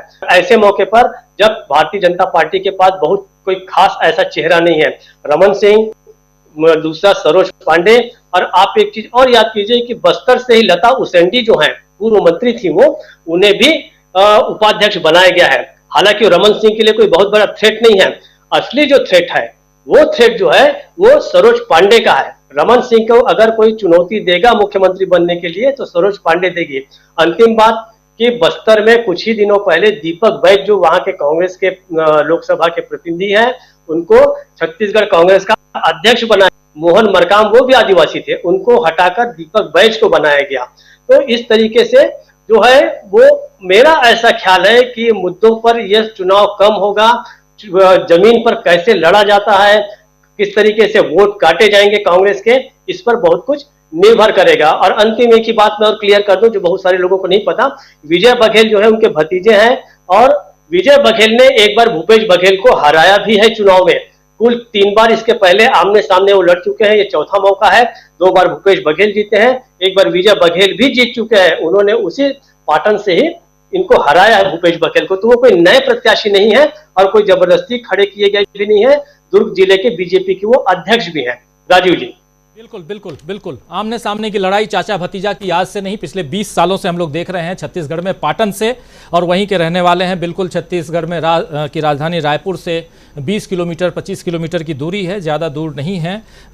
लेकिन ये चाचा भतीजा आपस में लड़ते रहते हैं, लेकिन 3 बार चाचा जीत चुके हैं, 1 बार भतीजा जीते हैं। तो ये चलता रहता है। और सबसे बड़ी बात यहाँ कि क्या भूपेश बघेल बस्तर और सरगुजा साइड जो भी डेंट दिखाई दे रहा है, कहीं ना कहीं उसमें टीएस सिंहदेव का रोल दिखाई दे रहा है, क्योंकि टीएस सिंहदेव की नाराजगी और वहाँ के कार्यकर्ताओं में नाराजगी ये साफ है। दूसरी तरफ बस्तर में क्या कारण है कि ये 6-6 का बंटवारा हो रहा है, ये एक बड़ा सवाल आएंगे विजय जी के पास में। लेकिन आना चाहता हूं एक बार पहले इधर शकील अख्तर जी के पास और फिर गर्ग साहब के पास आता हूं, फिर आऊँगा विजय जी आपके पास। शकील अख्तर जी, क्या देखते हैं, कैसे देखते हैं आप?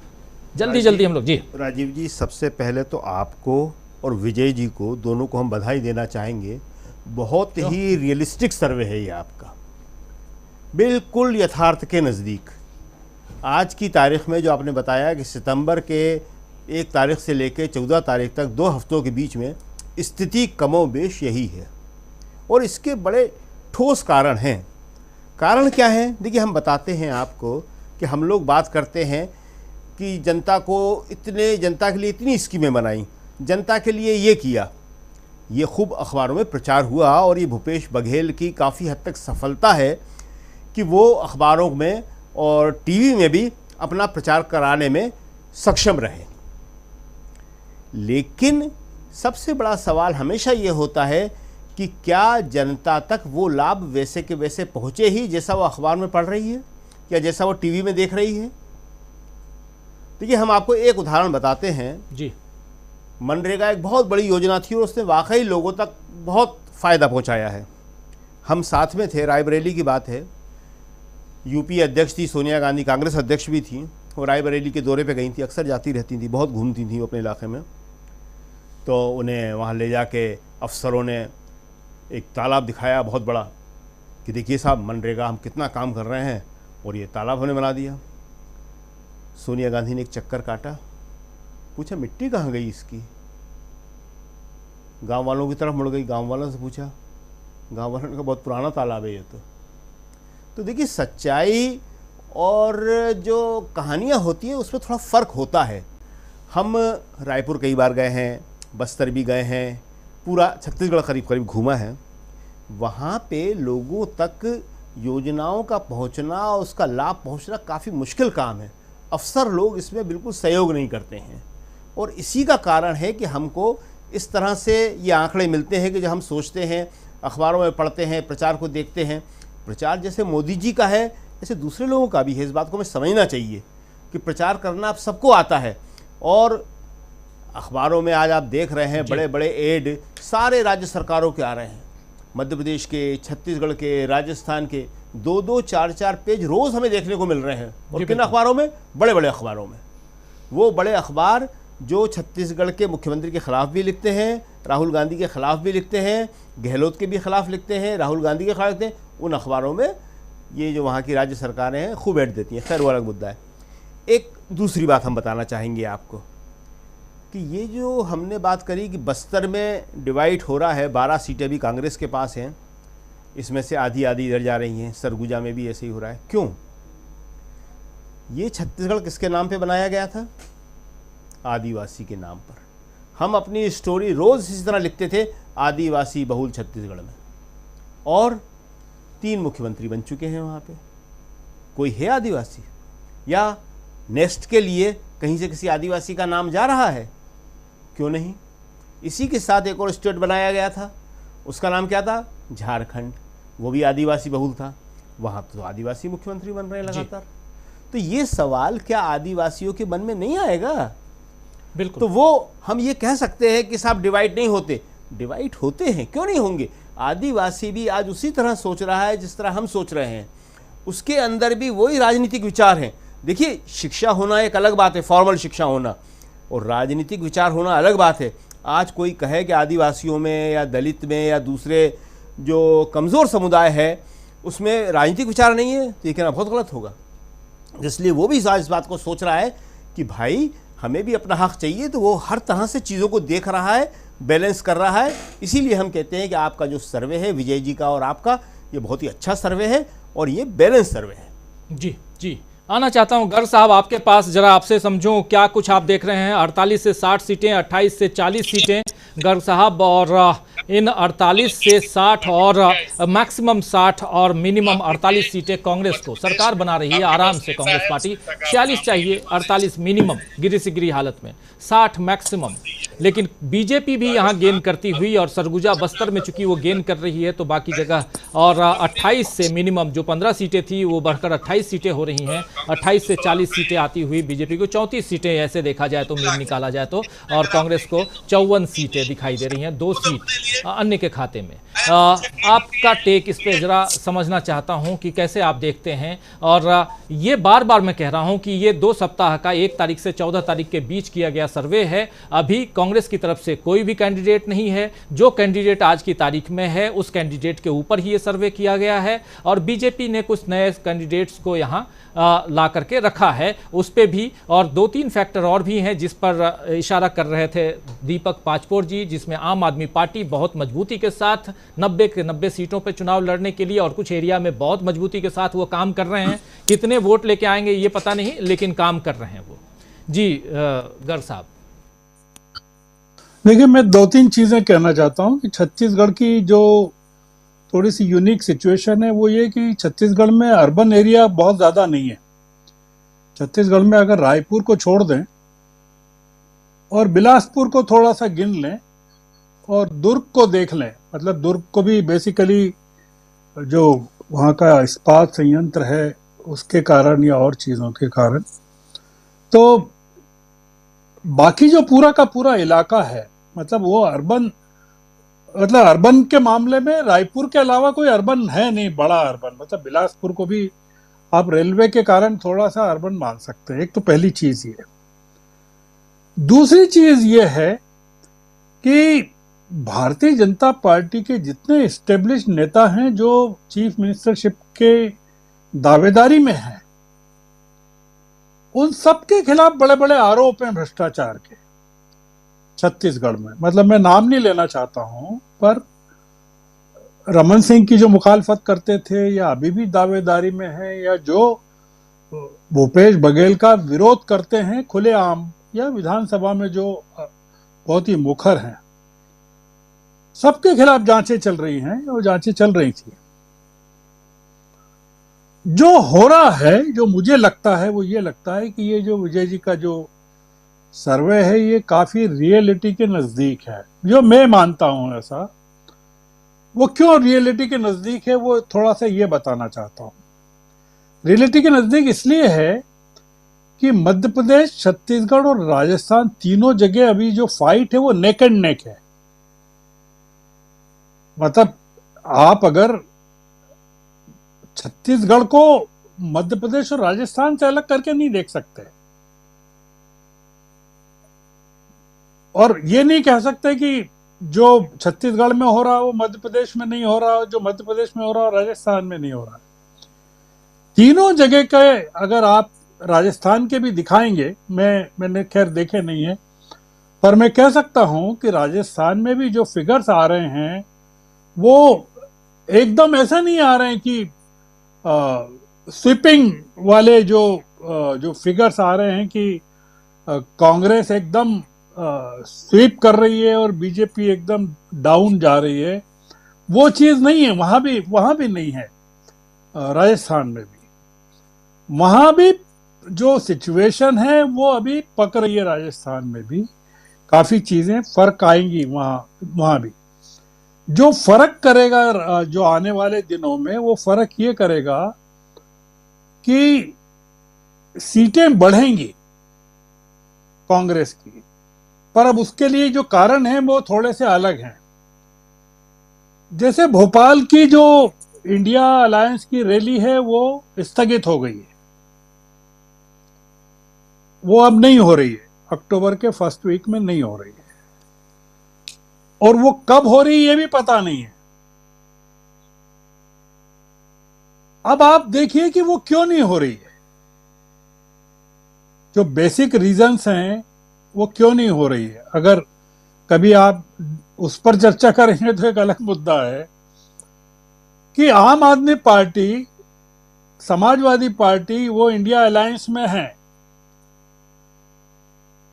और दोनों के दोनों मध्य प्रदेश और छत्तीसगढ़ में कैंडिडेट्स खड़े कर रहे हैं और राजस्थान में भी कर रहे हैं। अब आप उनसे कह रहे हैं कि आप भोपाल में आइए और एक मंच पर बैठिए और कहिए कि हम एक के खिलाफ एक कैंडिडेट खड़ा करेंगे। देखिए बहुत सारी चीजें हैं, मतलब ये अपन इस जगह उसको तय नहीं करना चाहते हैं, डिस्कस भी नहीं करना चाहते।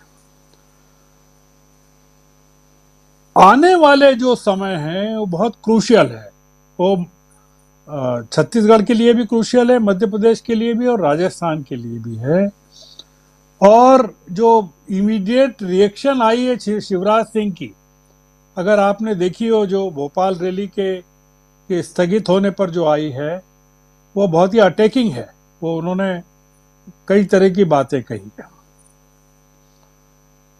अभी जो मध्य प्रदेश में बीजेपी जो काम कर रही है वो ये काम कर रही है कि कांग्रेस वोट कैसे अधिक से अधिक काटे जाए। तो उसमें आम आदमी भी खड़ी हो रही है, उसमें समाजवादी पार्टी भी खड़ी हो रही है, उसमें जो आरएसएस से टूटकर आए हुए लोग हैं, जो अलग एक संगठन बना के प्रचारक जो है, पूर्व प्रचारक, वो भी खड़े हो रहे हैं। ये तमाम चीजें वहां जन्म ले रही हैं। और छत्तीसगढ़ में भी मुझे लगता है कि कोई नए किस्म के समीकरण बन सकते हैं। तो ये जो मध्य प्रदेश, छत्तीसगढ़, राजस्थान के इलेक्शंस हैं, वो इंडिया अलायंस लड़ रहा है कि कांग्रेस बीजेपी से लड़ रही है, ये मैं अभी एकदम बहुत दावे के साथ नहीं कह सकता। आप चाहें तो कह सकते हैं। अभी जो पूरा तय होना है, जो मुझे लगता है, वो ये होना है कि कांग्रेस को अपनी पूरी ताकत कैंडिडेट्स पर लगानी होगी, और वो छत्तीसगढ़ में भी बहुत क्रूशियल कार्य है और मध्य प्रदेश में भी बहुत क्रूशियल कार्य है, क्योंकि पूरा मामला कैंडिडेट्स पर निर्भर करेगा। जो एंटी इनकम्बेंसी है कांग्रेस के कैंडिडेट्स पर के खिलाफ, जो वो एमपीज के खिलाफ भी है छत्तीसगढ़ में और एमएलएस के खिलाफ भी है। तो आप अगर एमएलएस को चेंज कर रहे हैं तो आपको छत्तीसगढ़ में जो एमपीज के कैंडिडेट्स हैं उसके बारे में भी आपको नए सिरे से, हालांकि वहां 2 ही लोग जीते हैं पिछली बार, वहां कोई बहुत बड़ा खेल नहीं है। तो मैं इसको ये मानता हूं कि ये सर्वे जो है विजय जी का बहुत नजदीक है रियलिटी के, और पर इसमें केवल एक ही चीज देख सकते हैं कि कांग्रेस अपनी इस सर्वे की पोजीशन को बरकरार रखने के लिए क्या कर सकती है और इसको आगे बढ़ाने के लिए क्या कर सकती है।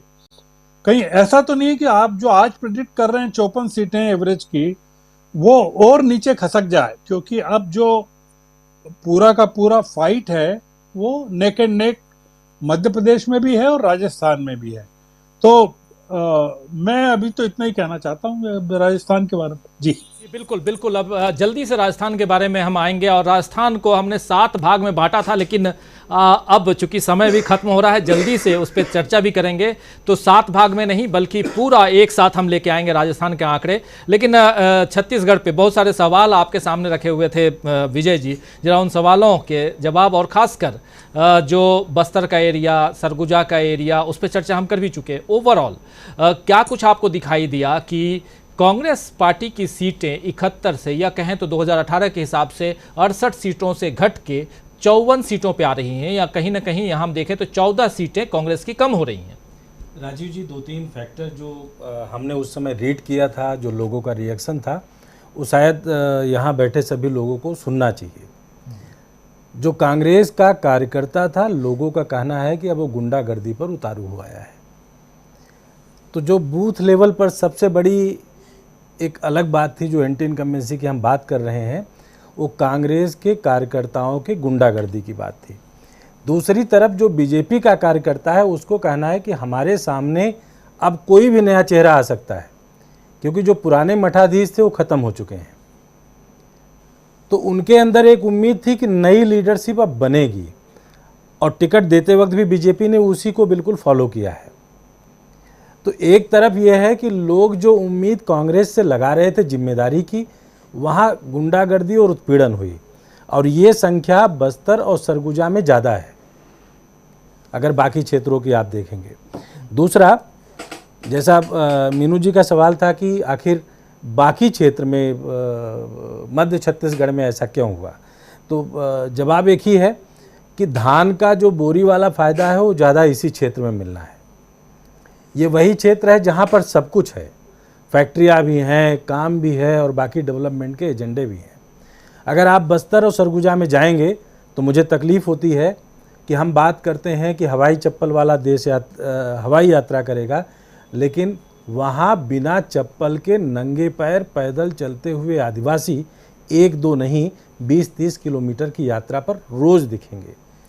सड़क के किनारे बैठा हुआ अभी भी वही हजूम दिखता है। अब दूसरा फैक्टर, लोग रिएक्ट कर रहे हैं। युवा रिएक्ट क्यों कर रहा है? क्योंकि वो पढ़ रहा है। वो पढ़ने के बाद ये जागरूक हो रहा है कि आखिर हमें मिला क्या है। जितनी भी योजनाएं हैं, पढ़ाई वाली योजनाएं भी उसको यही दिखाती हैं कि हमें मिला क्या है। तो उसको लगता है कि हमसे काफ़ी कुछ खो गया है। ये तीसरा सवाल भी युवाओं के बीच में था। तो मुझे लगता है कि ये सब फैक्टर अलग अलग हैं जो सीधे तौर पर हमारे सर्वे में हिस्से। सबसे बड़ी चीज़ है कि ये आंकड़े अभी के हैं, और इसके बाद जो गर्ग साहब कह रहे थे कि अभी ये कांग्रेस को भी देखने की ज़रूरत है, और कहीं ना कहीं अपने जब कैंडिडेट डिक्लेयर करेंगे, चुनाव में जाएंगे, चुनाव की तैयारियां तो चल रही हैं, लेकिन बाकी फैक्टर्स जिसमें आप अपनी योजनाओं को कहां तक कैसे पहुंचा रहे हैं। शकील अख्तर जी जैसे कह रहे थे कि विज्ञापन की बात, आप दिल्ली के अखबारों में विज्ञापन तो दे रहे हैं, लेकिन दिल्ली के अखबारों से बस्तर के ग्रामीण अंचल में, सुदूर, चाहे वो रायपुर या छत्तीसगढ़ के दूसरे एरिया में, उसका क्या बेनिफिट मिल रहा है, ये सब भी देखना होगा। विधानसभा चुनाव में तो उसका बेनिफिट नहीं मिलता है, केंद्र सरकार में तो मिलता ही। कुछ आप कह रहे हैं?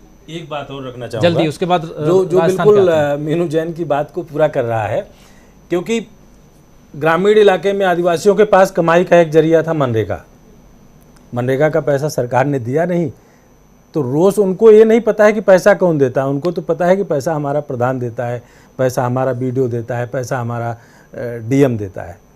तो ये जो पैसा ना मिलने वाला रोष है, ये भी इस फैक्टर का एक हिस्सा है। एक फैक्टर कर्मचारियों का भी आप बता रहे थे, जो संविदा कर्मचारी हैं वो भी नाराज़ चल रहे हैं, वो भी है। तो कई सारे फैक्टर हैं, उस पर हम लोग बात करेंगे। और लेकिन फिर भी ये कांग्रेस के लिए निराश होने की घड़ी नहीं है। कांग्रेस की सरकार बन रही है हमारे आंकड़े के हिसाब से भी, और यही है कि अब 71 सीटों के साथ अगर उसमें सीटें कम हो रही हैं तो फिर कहीं ना कहीं निराशा, और उस पर काम करने के लिए अभी 2 महीने का वक्त है। ये कांग्रेस को देखना होगा। अब सीधे चलना चाहते हैं राजस्थान की तरफ, जल्दी से राजस्थान के आंकड़े जरा ले आइए, पूरे आंकड़े 200 के 200 सीटों के ले आइए। हालांकि 7 सीटों में हमने बांटे हुए थे, जरा उन 7 सीटों को जरा आप बताइए, कौन कौन सीटें जो थी उसको जरा बता दीजिए। और उसके बाद ये देखिए आंकड़े आ भी गए हैं, सामने हैं। 200 में से कांग्रेस के खाते में 94 से 122 सीटें कांग्रेस के खाते में जाती हुई दिखाई दे रही हैं, और बीजेपी 60 से 88 और अन्य के खाते में 8 से 28 सीटें। और पिछली दफ़ा कांग्रेस को जो 200 ये सीटें हैं, 200 में से कांग्रेस को 100 सीटें पिछली बार मिली थी, 73 सीटें बीजेपी को मिली थी और अदर्स को 27 सीटें मिली थी। इस बार कांग्रेस को अभी आज की तारीख में अगर चुनाव होता है तो इसमें से ये दोनों का मीन अगर निकालते तो 108 सीटें यहाँ दिखाई दे रही हैं।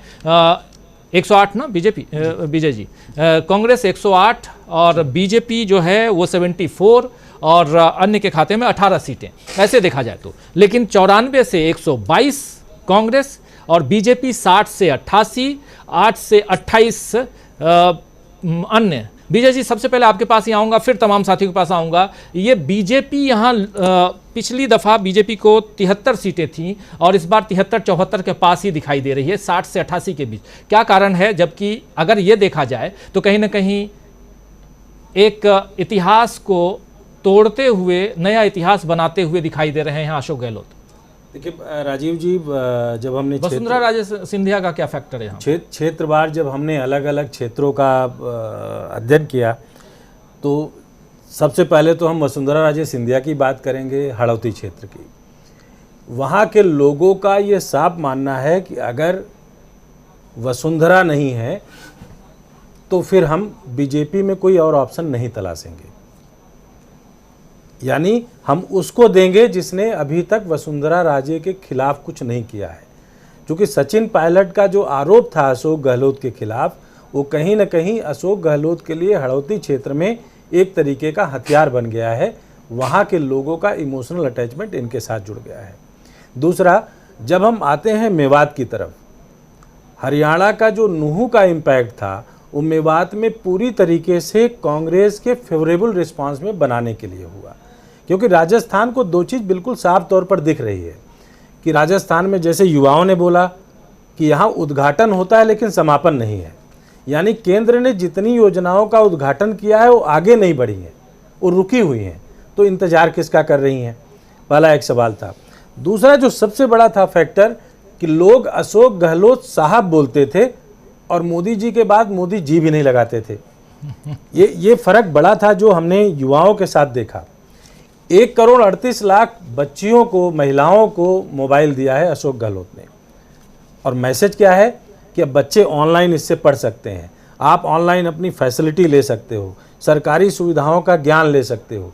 ये जो एक परसेप्शन बनाया गया है, जो नरेटिव अशोक गहलोत का सेट हो रहा है, गांव में जितनी सुविधाएं उन्होंने दी हैं, अगर आप पूरा का पूरा अध्ययन करोगे तो आप सीधे तौर पर पाओगे कि अशोक गहलोत ने सारी सुविधाएं वो दी हैं जो घर की रसोई को और गृहिणियों को मजबूत करती हैं, उनके इकोनॉमिक पावर को मजबूत करती हैं, चाहे वो गैस सिलेंडर का हो, चाहे वो इस तरीके की मोबाइल एक्टिविटी हो या बाकी सुविधाएं हों जी। इन सब के इतर एक जो अलग बात दिखी, जैसे मेवाड़ है, मेवाड़ में अभी जो नए परसीमन हुए हैं, परसीमन में 50 ज़िले बन गए, तो ये इस परसीमन का जो इम्पैक्ट है, सरकारें अपने हिसाब से परसीमन कराती हैं, सभी को होता है, इसमें सीधे तौर पर कहीं ना कहीं अशोक गहलोत को सीधा फ़ायदा होता हुआ दिख रहा है। एक फैक्टर और कि अशोक गहलोत अभी तक घोषित मुख्यमंत्री हैं। अगर हम बात करें डॉक्टर सीपी जोशी की, तो वो तैयारी कर रहे हैं कि हम मेवाड़ में ज़्यादा अंक ले आएँ जिससे मेवाड़ की तरफ मुख्यमंत्री आए। यानी कांग्रेस का हर चेहरा भी इस लेवल पर प्रयास कर रहा है कि हम जब ज़्यादा संख्या बनाएंगे तब मुख्यमंत्री पद के दावेदार होंगे।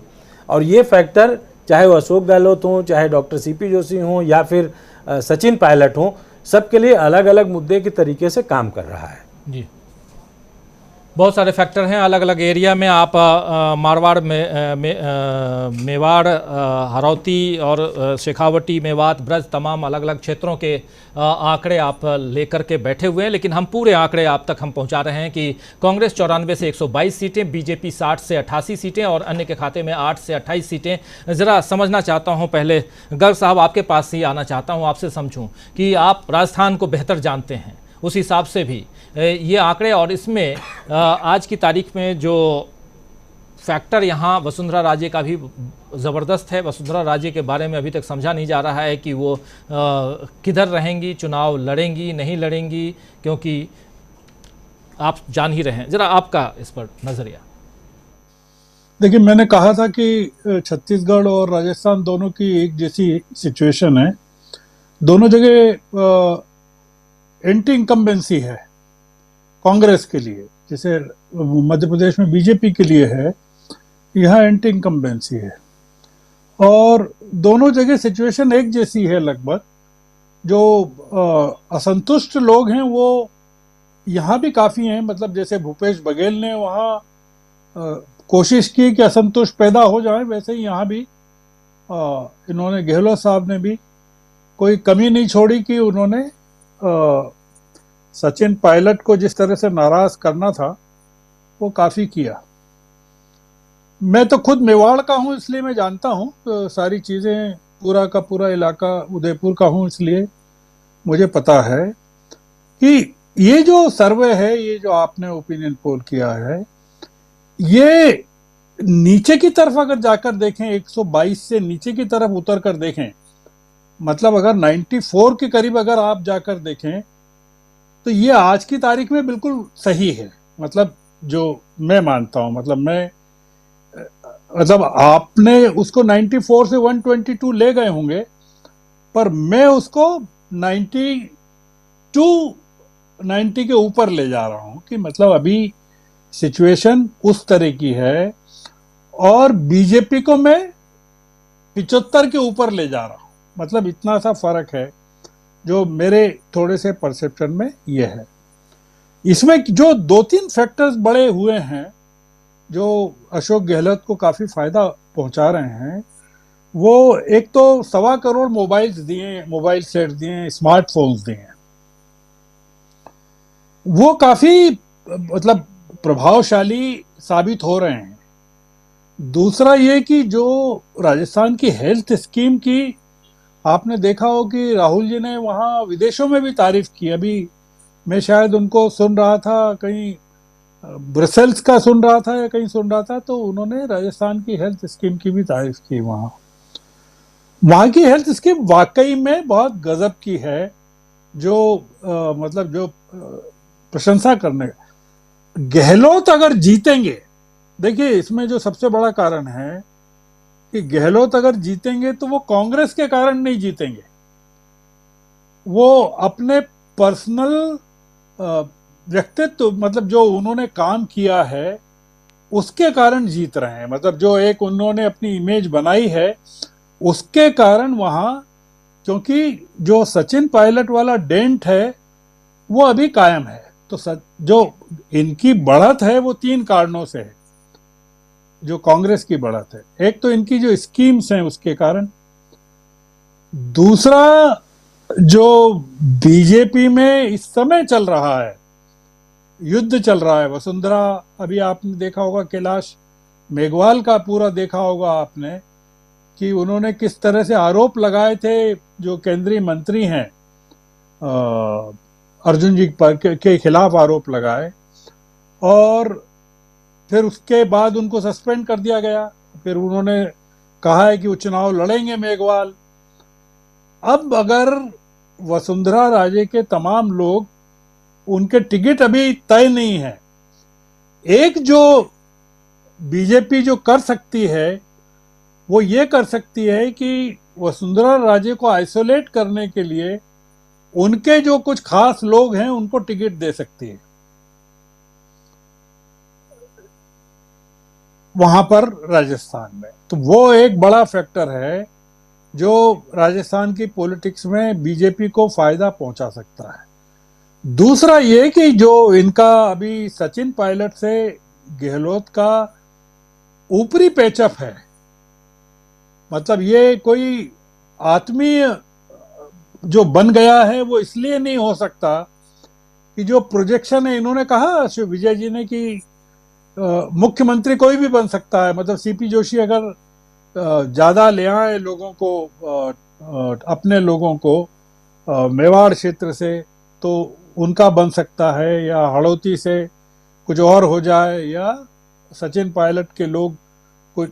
पर इसमें सबसे बड़ा फैक्टर यही है कि मुख्यमंत्री अगर कांग्रेस की होगी या नहीं भी होगी तो अशोक गहलोत ही बनेंगे, वहाँ ये बिल्कुल निर्विवाद है। ऐसी स्थिति में जो सचिन पायलट को जानते हैं, जैसे कि मैं जानता हूं उनको काफी सालों से, निजी तौर पर जानता हूं, वो मुझे नहीं लगता कि वो अभी ऐसा मानस बना चुके हैं कि वो राजस्थान में रहकर अशोक गहलोत के साथ काम करेंगे। तो वो अपने लिए कोई ऑल इंडिया इमेज कांग्रेस में ढूंढ रहे हैं और वो उनको मिलेगी भी। आपने देखा कि अभी सीडब्ल्यूसी में उनको ले लिया गया है, जो कि काफी बड़ी बात है, मतलब उनको लेना सीडब्ल्यूसी में। ऐसी स्थिति में अगर सचिन पायलट अपने समर्थकों को डिजर्ट करते हैं, छोड़ते हैं या अनाथ करते हैं, और अशोक गहलोत उनको टिकट नहीं देने देते हैं, और अगर टिकटों का बंटवारा पूरा दिल्ली से होता है तो उसको अशोक गहलोत किस तरह से रिएक्ट करते हैं। कांग्रेस का पूरा खेल अब जो निर्भर करता है राजीव जी, वो इस बात पर निर्भर करता है कि अशोक गहलोत कितना एकोमोडेट करते हैं सचिन पायलट के लोगों को और सीपी जोशी के लोगों को, और बीजेपी कितना एकोमोडेट करती है वसुंधरा के लोगों को। ये जो राजस्थान का पूरा मामला है, वो अब गहलोत वर्सेस बीजेपी हो गया है वहां पर। तो गहलोत काफी कोशिश कर रहे हैं और वहां स्टेक्स बहुत हाई हैं बीजेपी के लिए, क्योंकि 25 सीटें हैं लोकसभा की, और 2019 में 25 की 25 बीजेपी के पास गई थी, और उसमें जोधपुर से इनके बेटे भी हार गए थे, वैभव गहलोत भी हार गए थे लोकसभा की सीट, जब उन्होंने आरोप लगाया था कि ये सचिन पायलट के लोगों ने या उन्होंने इनको जीतने में मदद नहीं किया, हराने में मदद की। राजस्थान में इस समय कई तरह के स्तरों पर लड़ाई चल रही है, और मैं इस सर्वे को जैसा मैंने कहा, रिपीट कर रहा हूं, मैं कांग्रेस को 90 के नजदीक दे रहा हूं और बीजेपी को मैं 75 के करीब दे रहा हूं आज की स्थिति में। आपका कहना अलग है कि आज अगर चुनाव हो जाए तो आपने कहा कि 100 से ऊपर कांग्रेस को मिलेगी सीटें, ऐसा आपका कहना है। मैं अभी थोड़ा उस बात से, चूंकि मैं इस चीज को जो मैंने स्टडी किया है या देख रहा हूं, उस हिसाब से मुझे लगता है कि काफी अभी राजस्थान में दिक्कतें हैं जो सॉर्ट आउट कांग्रेस को करना है और बीजेपी को भी करना है। दोनों को आला कमान का रोल राजस्थान में बहुत बड़ा है, जो कि अभी कांग्रेस के आला कमान की तरफ से कोई इस तरह की पहल दिख नहीं रही है, और राजस्थान में आला कमान हस्तक्षेप अभी कर नहीं रहा है। वसुंधरा का मामला इतना बड़ा हो गया है वहाँ कि उनके पास कोई नेता नहीं है, वहाँ शेखावत नहीं है, मेघवाल नहीं है, तमाम लोग जो हैं, कई चीजें चल रही है वहाँ, ऐसा मुझे लगता है। बिल्कुल, मिनिमम 94 और मैक्सिमम 122, लेकिन अगर दोनों को का मीन निकाला जाए तो 108 सीटें कांग्रेस के खाते में जाती हुई, यानी यहाँ भी सरकार बनाती हुई, इस आंकड़े के हिसाब से सरकार बनाती हुई कांग्रेस पार्टी आज अगर चुनाव हो जाए तो। लेकिन बहुत सारे फैक्टर हैं जिसके बारे में श्रवण गर्ग साहब अपनी बात रख रहे थे, और बहुत महत्वपूर्ण बात, अगर मिनिमम देखा जाए 94 तो हो सकता है कि 92 हो, 90 के ऊपर गर्ग साहब कह रहे हैं, और ये आज की रियलिस्टिक अगर देखा जाए तो वो जो स्थिति है वो यही है। मीनू जी, आपका क्या कहना है इस पे? आंकड़े तो अगर पार्टी में इतनी भारी उठापटक चल रही है जब से अशोक गहलोत ने मेरे ख्याल से संभाला है, और 1-1.5 साल वो आराम से थोड़ा कंफर्टेबली शासन कर पाए, उसके बावजूद भी अगर वो ये आंकड़ा छू जाते हैं तो वास्तव में उनको माना जाएगा कि वास्तव में एक इस देश के लिए बड़े एसेट है वो राजनीतिज्ञ के तौर पे, अगर वो ये आंकड़ा छू जाते हैं। क्योंकि इतनी भयंकर, क्योंकि सचिन पायलट ने भी बगावत में कसर नहीं छोड़ी और रेजिस्टेंस देने में अशोक गहलोत ने भी कसर नहीं छोड़ी है, उसके बावजूद भी उनका शासन प्रशासन चलता रहा। आप ये देखिए, योजनाओं की उन्होंने झड़ी लगा रखी है, जिसको सौगातें कहते हैं। भाई सरकार क्या क्या सौगात दे रही है, जैसा कि श्रवण गर्ग जी ने बताया कि भाई स्वास्थ्य की जो योजना है, जो उनका स्कीम है, वो तो मेरे तो कुछ रिश्तेदार गए थे अभी वहां पे राजस्थान में, एडमिशन का ही चक्कर था मेडिकल कॉलेजेस को, उन्होंने बड़े क्लोज उससे घूम के आए, तो वो इतने जबरदस्त तौर पे इम्प्रेस्ड थे वहां पे कि राजस्थान की जनता बहुत ज्यादा खुश है। मतलब उन्होंने एक छोटी सी बात बताई थी और जो डिटेल बातें तो हो रही थी, बोले वहां आवाज लगा लगा के दोपहर का खाना बट रहा था। बोले गरीब लोगों को इससे बड़ी राहत नहीं हो सकती कि उनको आवाज लगा के खाना दिया जाए। सरकारी सुविधा इतनी जबरदस्त नहीं तो जो अस्पतालों में लोग आने वाले होते हैं उनके लिए सबसे बड़ी दिक्कत ही यही होती है कि खाना कहाँ खाएं, बाजार में खाएं तो बहुत महंगा पड़ता है उन लोगों के लिए। तो अगर सस्ता सरकारी, ये छोटी छोटी चीजें होती हैं। और जैसे मेरे को लगता है इसमें कि ये महंगाई राहत शिविर जो लगाए अशोक गहलोत ने, ये जगह जगह हर जिले में हर गांव लगे, और उन्होंने शुरुआत भी की थी उसका कि उसमें बहुत सारा एक मसाले, खाना पीना और उसमें कुछ कैश और क्या क्या चीजें थी, सिलेंडर का तो आप बता ही रहे हैं, बिजली की, मतलब इतनी योजनाएं हैं। मैं आपको बताती हूँ उसमें जो सीनियर सिटीजन्स के लिए जो 1000 रुपए की एक योजना है या 1500 रुपए की, तो मुझे ऐसा भी बताया गया कि अच्छे वेल टू डू परिवारों के लोगों ने भी वो योजना अवेल कर रहे हैं, वो सीनियर सिटीजन जिनको कोई जरूरत नहीं है 1500 रुपए महीना की, तो वो भी वो ले रहे हैं। तो डेफिनेटली अगर इतना लोग इतना फायदा उठा रहे हैं उनका, तो ये मेरे ख्याल से तो इम्प्लीमेंटेशन भी अच्छा है योजनाओं का। जो इतनी सीटें अगर दिखा रहे हैं कि पब्लिक सेटिस्फाइड है, मैं तो सेटिस्फाइड ही मानूंगी। एंटी इनकम्बेंसी होने के बावजूद भी अगर 94 से 122 सीटें आती हैं तो पब्लिक इन ओवरऑल सेटिस्फाइड है, मेरा ऐसा मानना है जी। बिल्कुल, एक इतिहास जो है वो और 5 साल में सरकार बदल जाती है, वहाँ अगर सरकार रिपीट होती हुई दिखाई दे रही है राजस्थान में, तो ये एक अचीवमेंट है अशोक गहलोत के लिए। ज़रा आना चाहता हूँ, इसको ख़त्म करते हैं, क्लोजिंग कमेंट की तरफ आना चाहता हूँ। शकील अख्तर जी आपके पास, कैसे देखते हैं शकील जी? देखिए राजीव जी, छत्तीसगढ़ के बाद राजस्थान में भी आपने जो ज़मीनी हकीकत है वो सामने रख दी। ओपिनियन पोल क्या होता है? ओपिनियन पोल जो आपने इतनी मेहनत करी है, और विजय जी और उनके लड़के और लड़कियां गांव-गांव गए हैं, बात करी है, जनता की जो आवाज़ होती है, जनता की जो बात होती है, उसकी तर्जुमानी, उसको आपने सामने लाया है कि जनता क्या बोल रही है। उससे जो आप जाके पूछते हैं, हमने बहुत सारे ऐसे ओपिनियन पोल देखे हैं, उसमें बहुत कम लोग जाते हैं, मगर हमने ये देखा है कि इससे पहले भी जब भी डीबी लाइव ने किया है और अभी भी, कि लोगों के पास जाके उनसे पूछना और हर सेक्टर में जाना, हर इलाके में जाना, अलग अलग बांट के जाना। अगर कम आय वर्ग के लोगों के पास जाना तो मध्यम आय वर्ग के लोगों के पास भी जाना। तो ये दोनों के दोनों जो हैं बिल्कुल ज़मीनी हकीकत के नज़दीक हैं। अब जब आपने ज़मीनी हकीकत बता दी है तो हम यहाँ पे ये कहना चाहेंगे कि इस खेल में जो एक निर्णायक फैक्टर अब है, जो इस खेल को बदल सकता है, वो है श्रीमती वसुंधरा राजे सिंधिया। वो सबसे अहम फैक्टर है। बीजेपी भी उनकी तरफ देख रही है कि वो क्या करेंगी, हालांकि बीजेपी उन्हें देने को कुछ भी तैयार नहीं है। वो सोच रही है इसी तनख्वाह पे काम करेंगी या नहीं करेंगी। दूसरी तरफ कांग्रेस भी देख रही है, कांग्रेस को भी उनसे बहुत उम्मीदें हैं। अब वसुंधरा राजे सिंधिया के पास क्या ऑप्शन है, वो बहुत सारे लोगों से बात कर रही हैं। वसुंधरा राजे सिंधिया उन नेताओं में से नहीं है जो चुपचाप डर के घर में बैठ जाएं। जी, वो आसपास के अपने जितने भी दोस्त हैं, परिचित हैं, बीजेपी के लोग हैं, पार्टी के बाहर के लोग भी हैं, उनसे भी बातचीत कर रही हैं।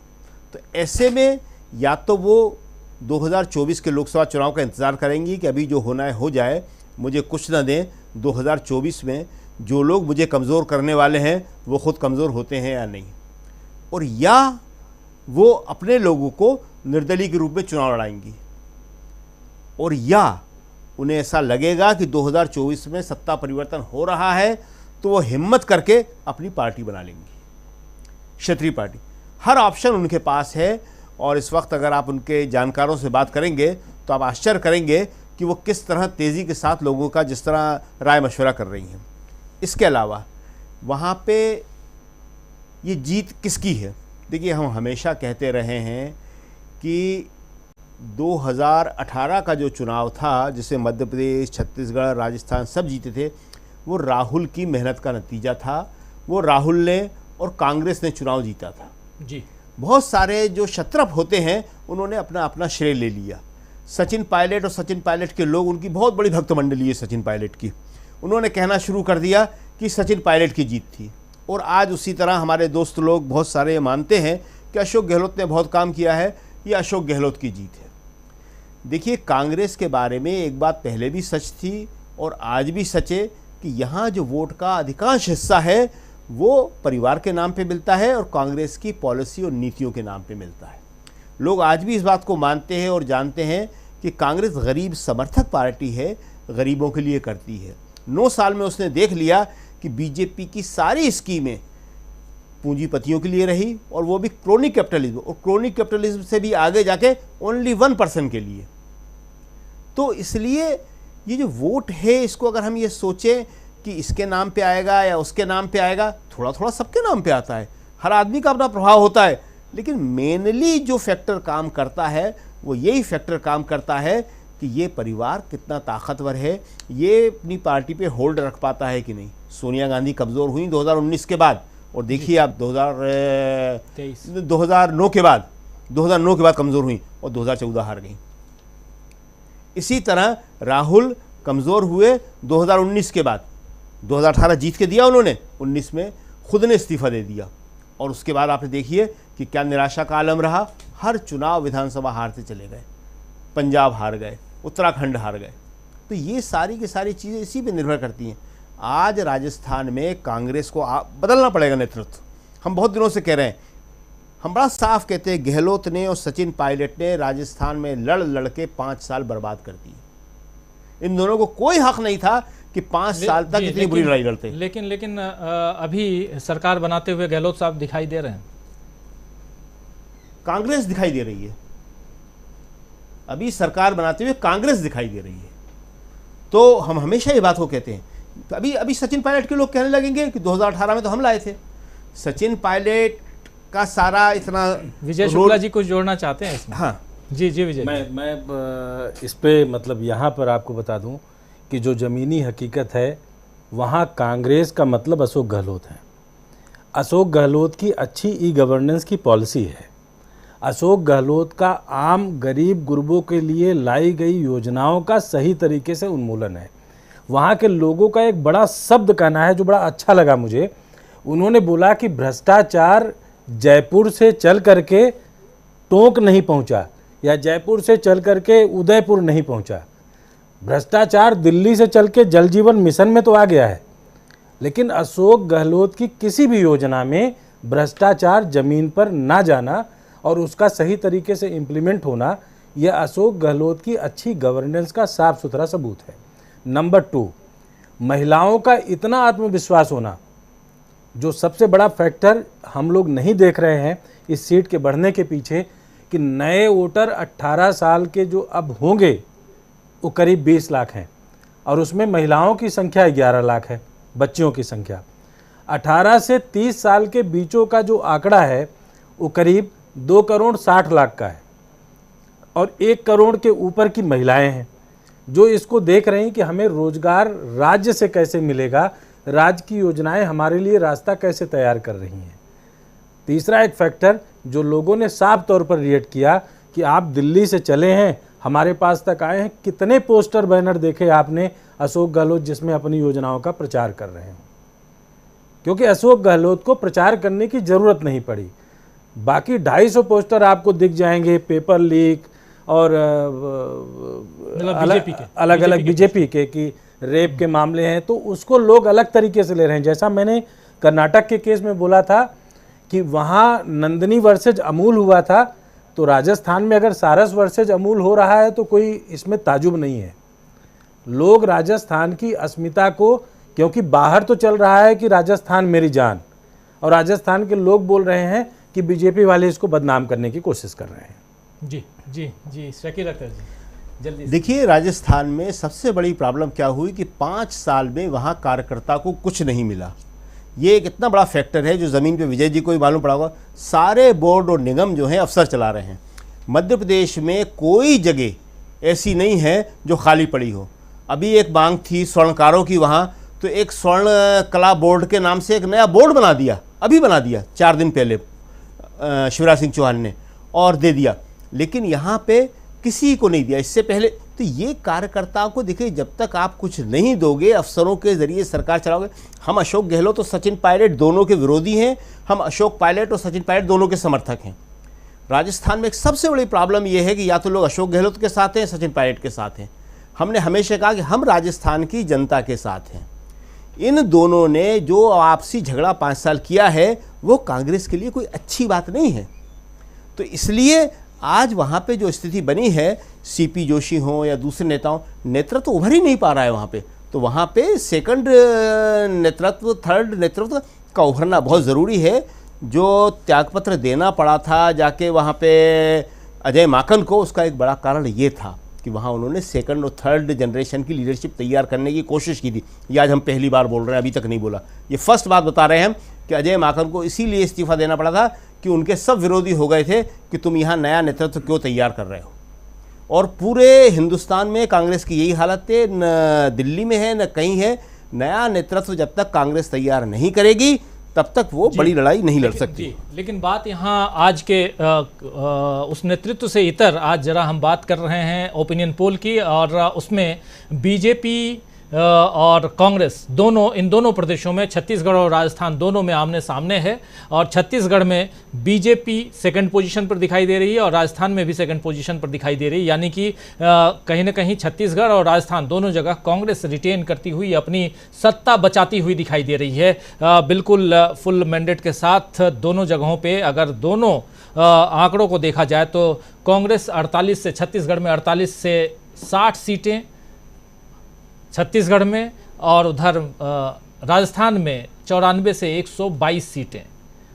94, हालांकि अगर 94 पे अटक जाए तो फिर 6 सीटें चाहिए होंगी सरकार बनाने के लिए, 101 सीटें कम से कम, तो 6 नहीं 7 सीटें चाहिए होंगी। और ऐसे देखा जाए तो 108 सीटें आज की तारीख में इन आंकड़ों के हिसाब से, जो हमारा ये ओपिनियन पोल है उस हिसाब से आ रहा।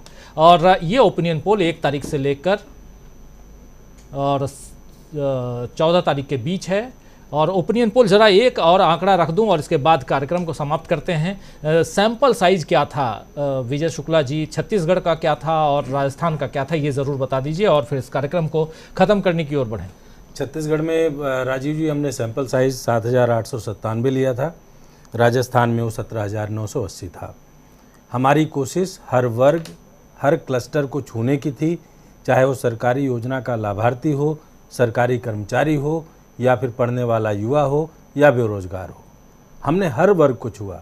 महिलाओं के ऊपर खास नज़र इसलिए थी कि महिलाओं का निर्णय साफ दिख रहा है कि जो नए वोटर्स हैं उनमें उनकी संख्या ज़्यादा भारी है। गैस का भी कुछ मामला था, गैस सिलेंडर, गैस का तो बिल्कुल साहब, मैंने पहले ही बोला कि लोगों का रिएक्शन था कि अब मोदी जी ने 200 रुपये कम करके भी किया क्यों।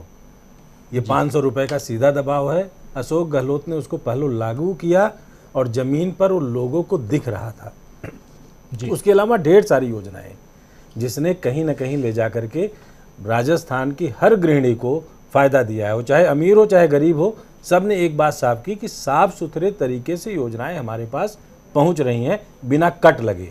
जी, ये बड़ी बात है। जी, तो इस कार्यक्रम में आज इतना ही। हम 2 स्टेट के ओपिनियन पोल सर्वे आपके सामने रख रहे थे और दोनों स्टेट में कांग्रेस पार्टी सरकार बनाती हुई दिखाई दे रही है। कांग्रेस को और मेहनत करने की ज़रूरत है, जैसे हमारे तमाम पैनलिस्ट साथी, वरिष्ठ पत्रकारों की ये टोली बता रही थी। और बीजेपी को भी बहुत मेहनत की ज़रूरत है। बीजेपी ट्रेल कर रही है लेकिन काफ़ी पीछे है। बहुत शुक्रिया अदा करना चाहता हूँ श्रवण गर्ग साहब, आपका बहुत बहुत धन्यवाद। मीनू जैन जी आपका, प्रमोद अग्रवाल जी, अमलेंदु उपाध्याय जी, स्टूडियो में हमारे साथी शकील अख्तर जी, विजय शुक्ला जी, और साथ में जुड़े थे प्रोफेसर अखिल स्वामी जी, उनका भी बहुत बहुत धन्यवाद, बहुत शुक्रिया। और डॉक्टर दीपक पासपोर्ट जी, उनका भी बहुत शुक्रिया। आप तमाम साथी इस खास कार्यक्रम में, और देखिए 9 बजने को है। आप लोगों के कमेंट बहुत मज़ेदार आ रहे हैं और मैं बीच बीच में देख भी रहा था, पढ़ भी रहा था। लेकिन सबसे बड़ी बात ये कि ये शुरुआत है। ओपिनियन पोल हमने भी किया। आज पहला ओपिनियन पोल इन जो 5 राज्यों के इलेक्शन हैं उनमें से 2 राज्यों के ओपिनियन पोल आपके सामने हम रख रहे हैं। कल शाम हम जब बैठेंगे तो 2 राज्य और, जिसमें मध्य प्रदेश और तेलंगाना के ओपिनियन पोल हम लेकर आएंगे। और उसके अलावा आप जानते हैं कि उसी तेलंगाना में इस वक्त CWC की बैठक कांग्रेस की हो रही है, कांग्रेस वर्किंग कमेटी की बैठक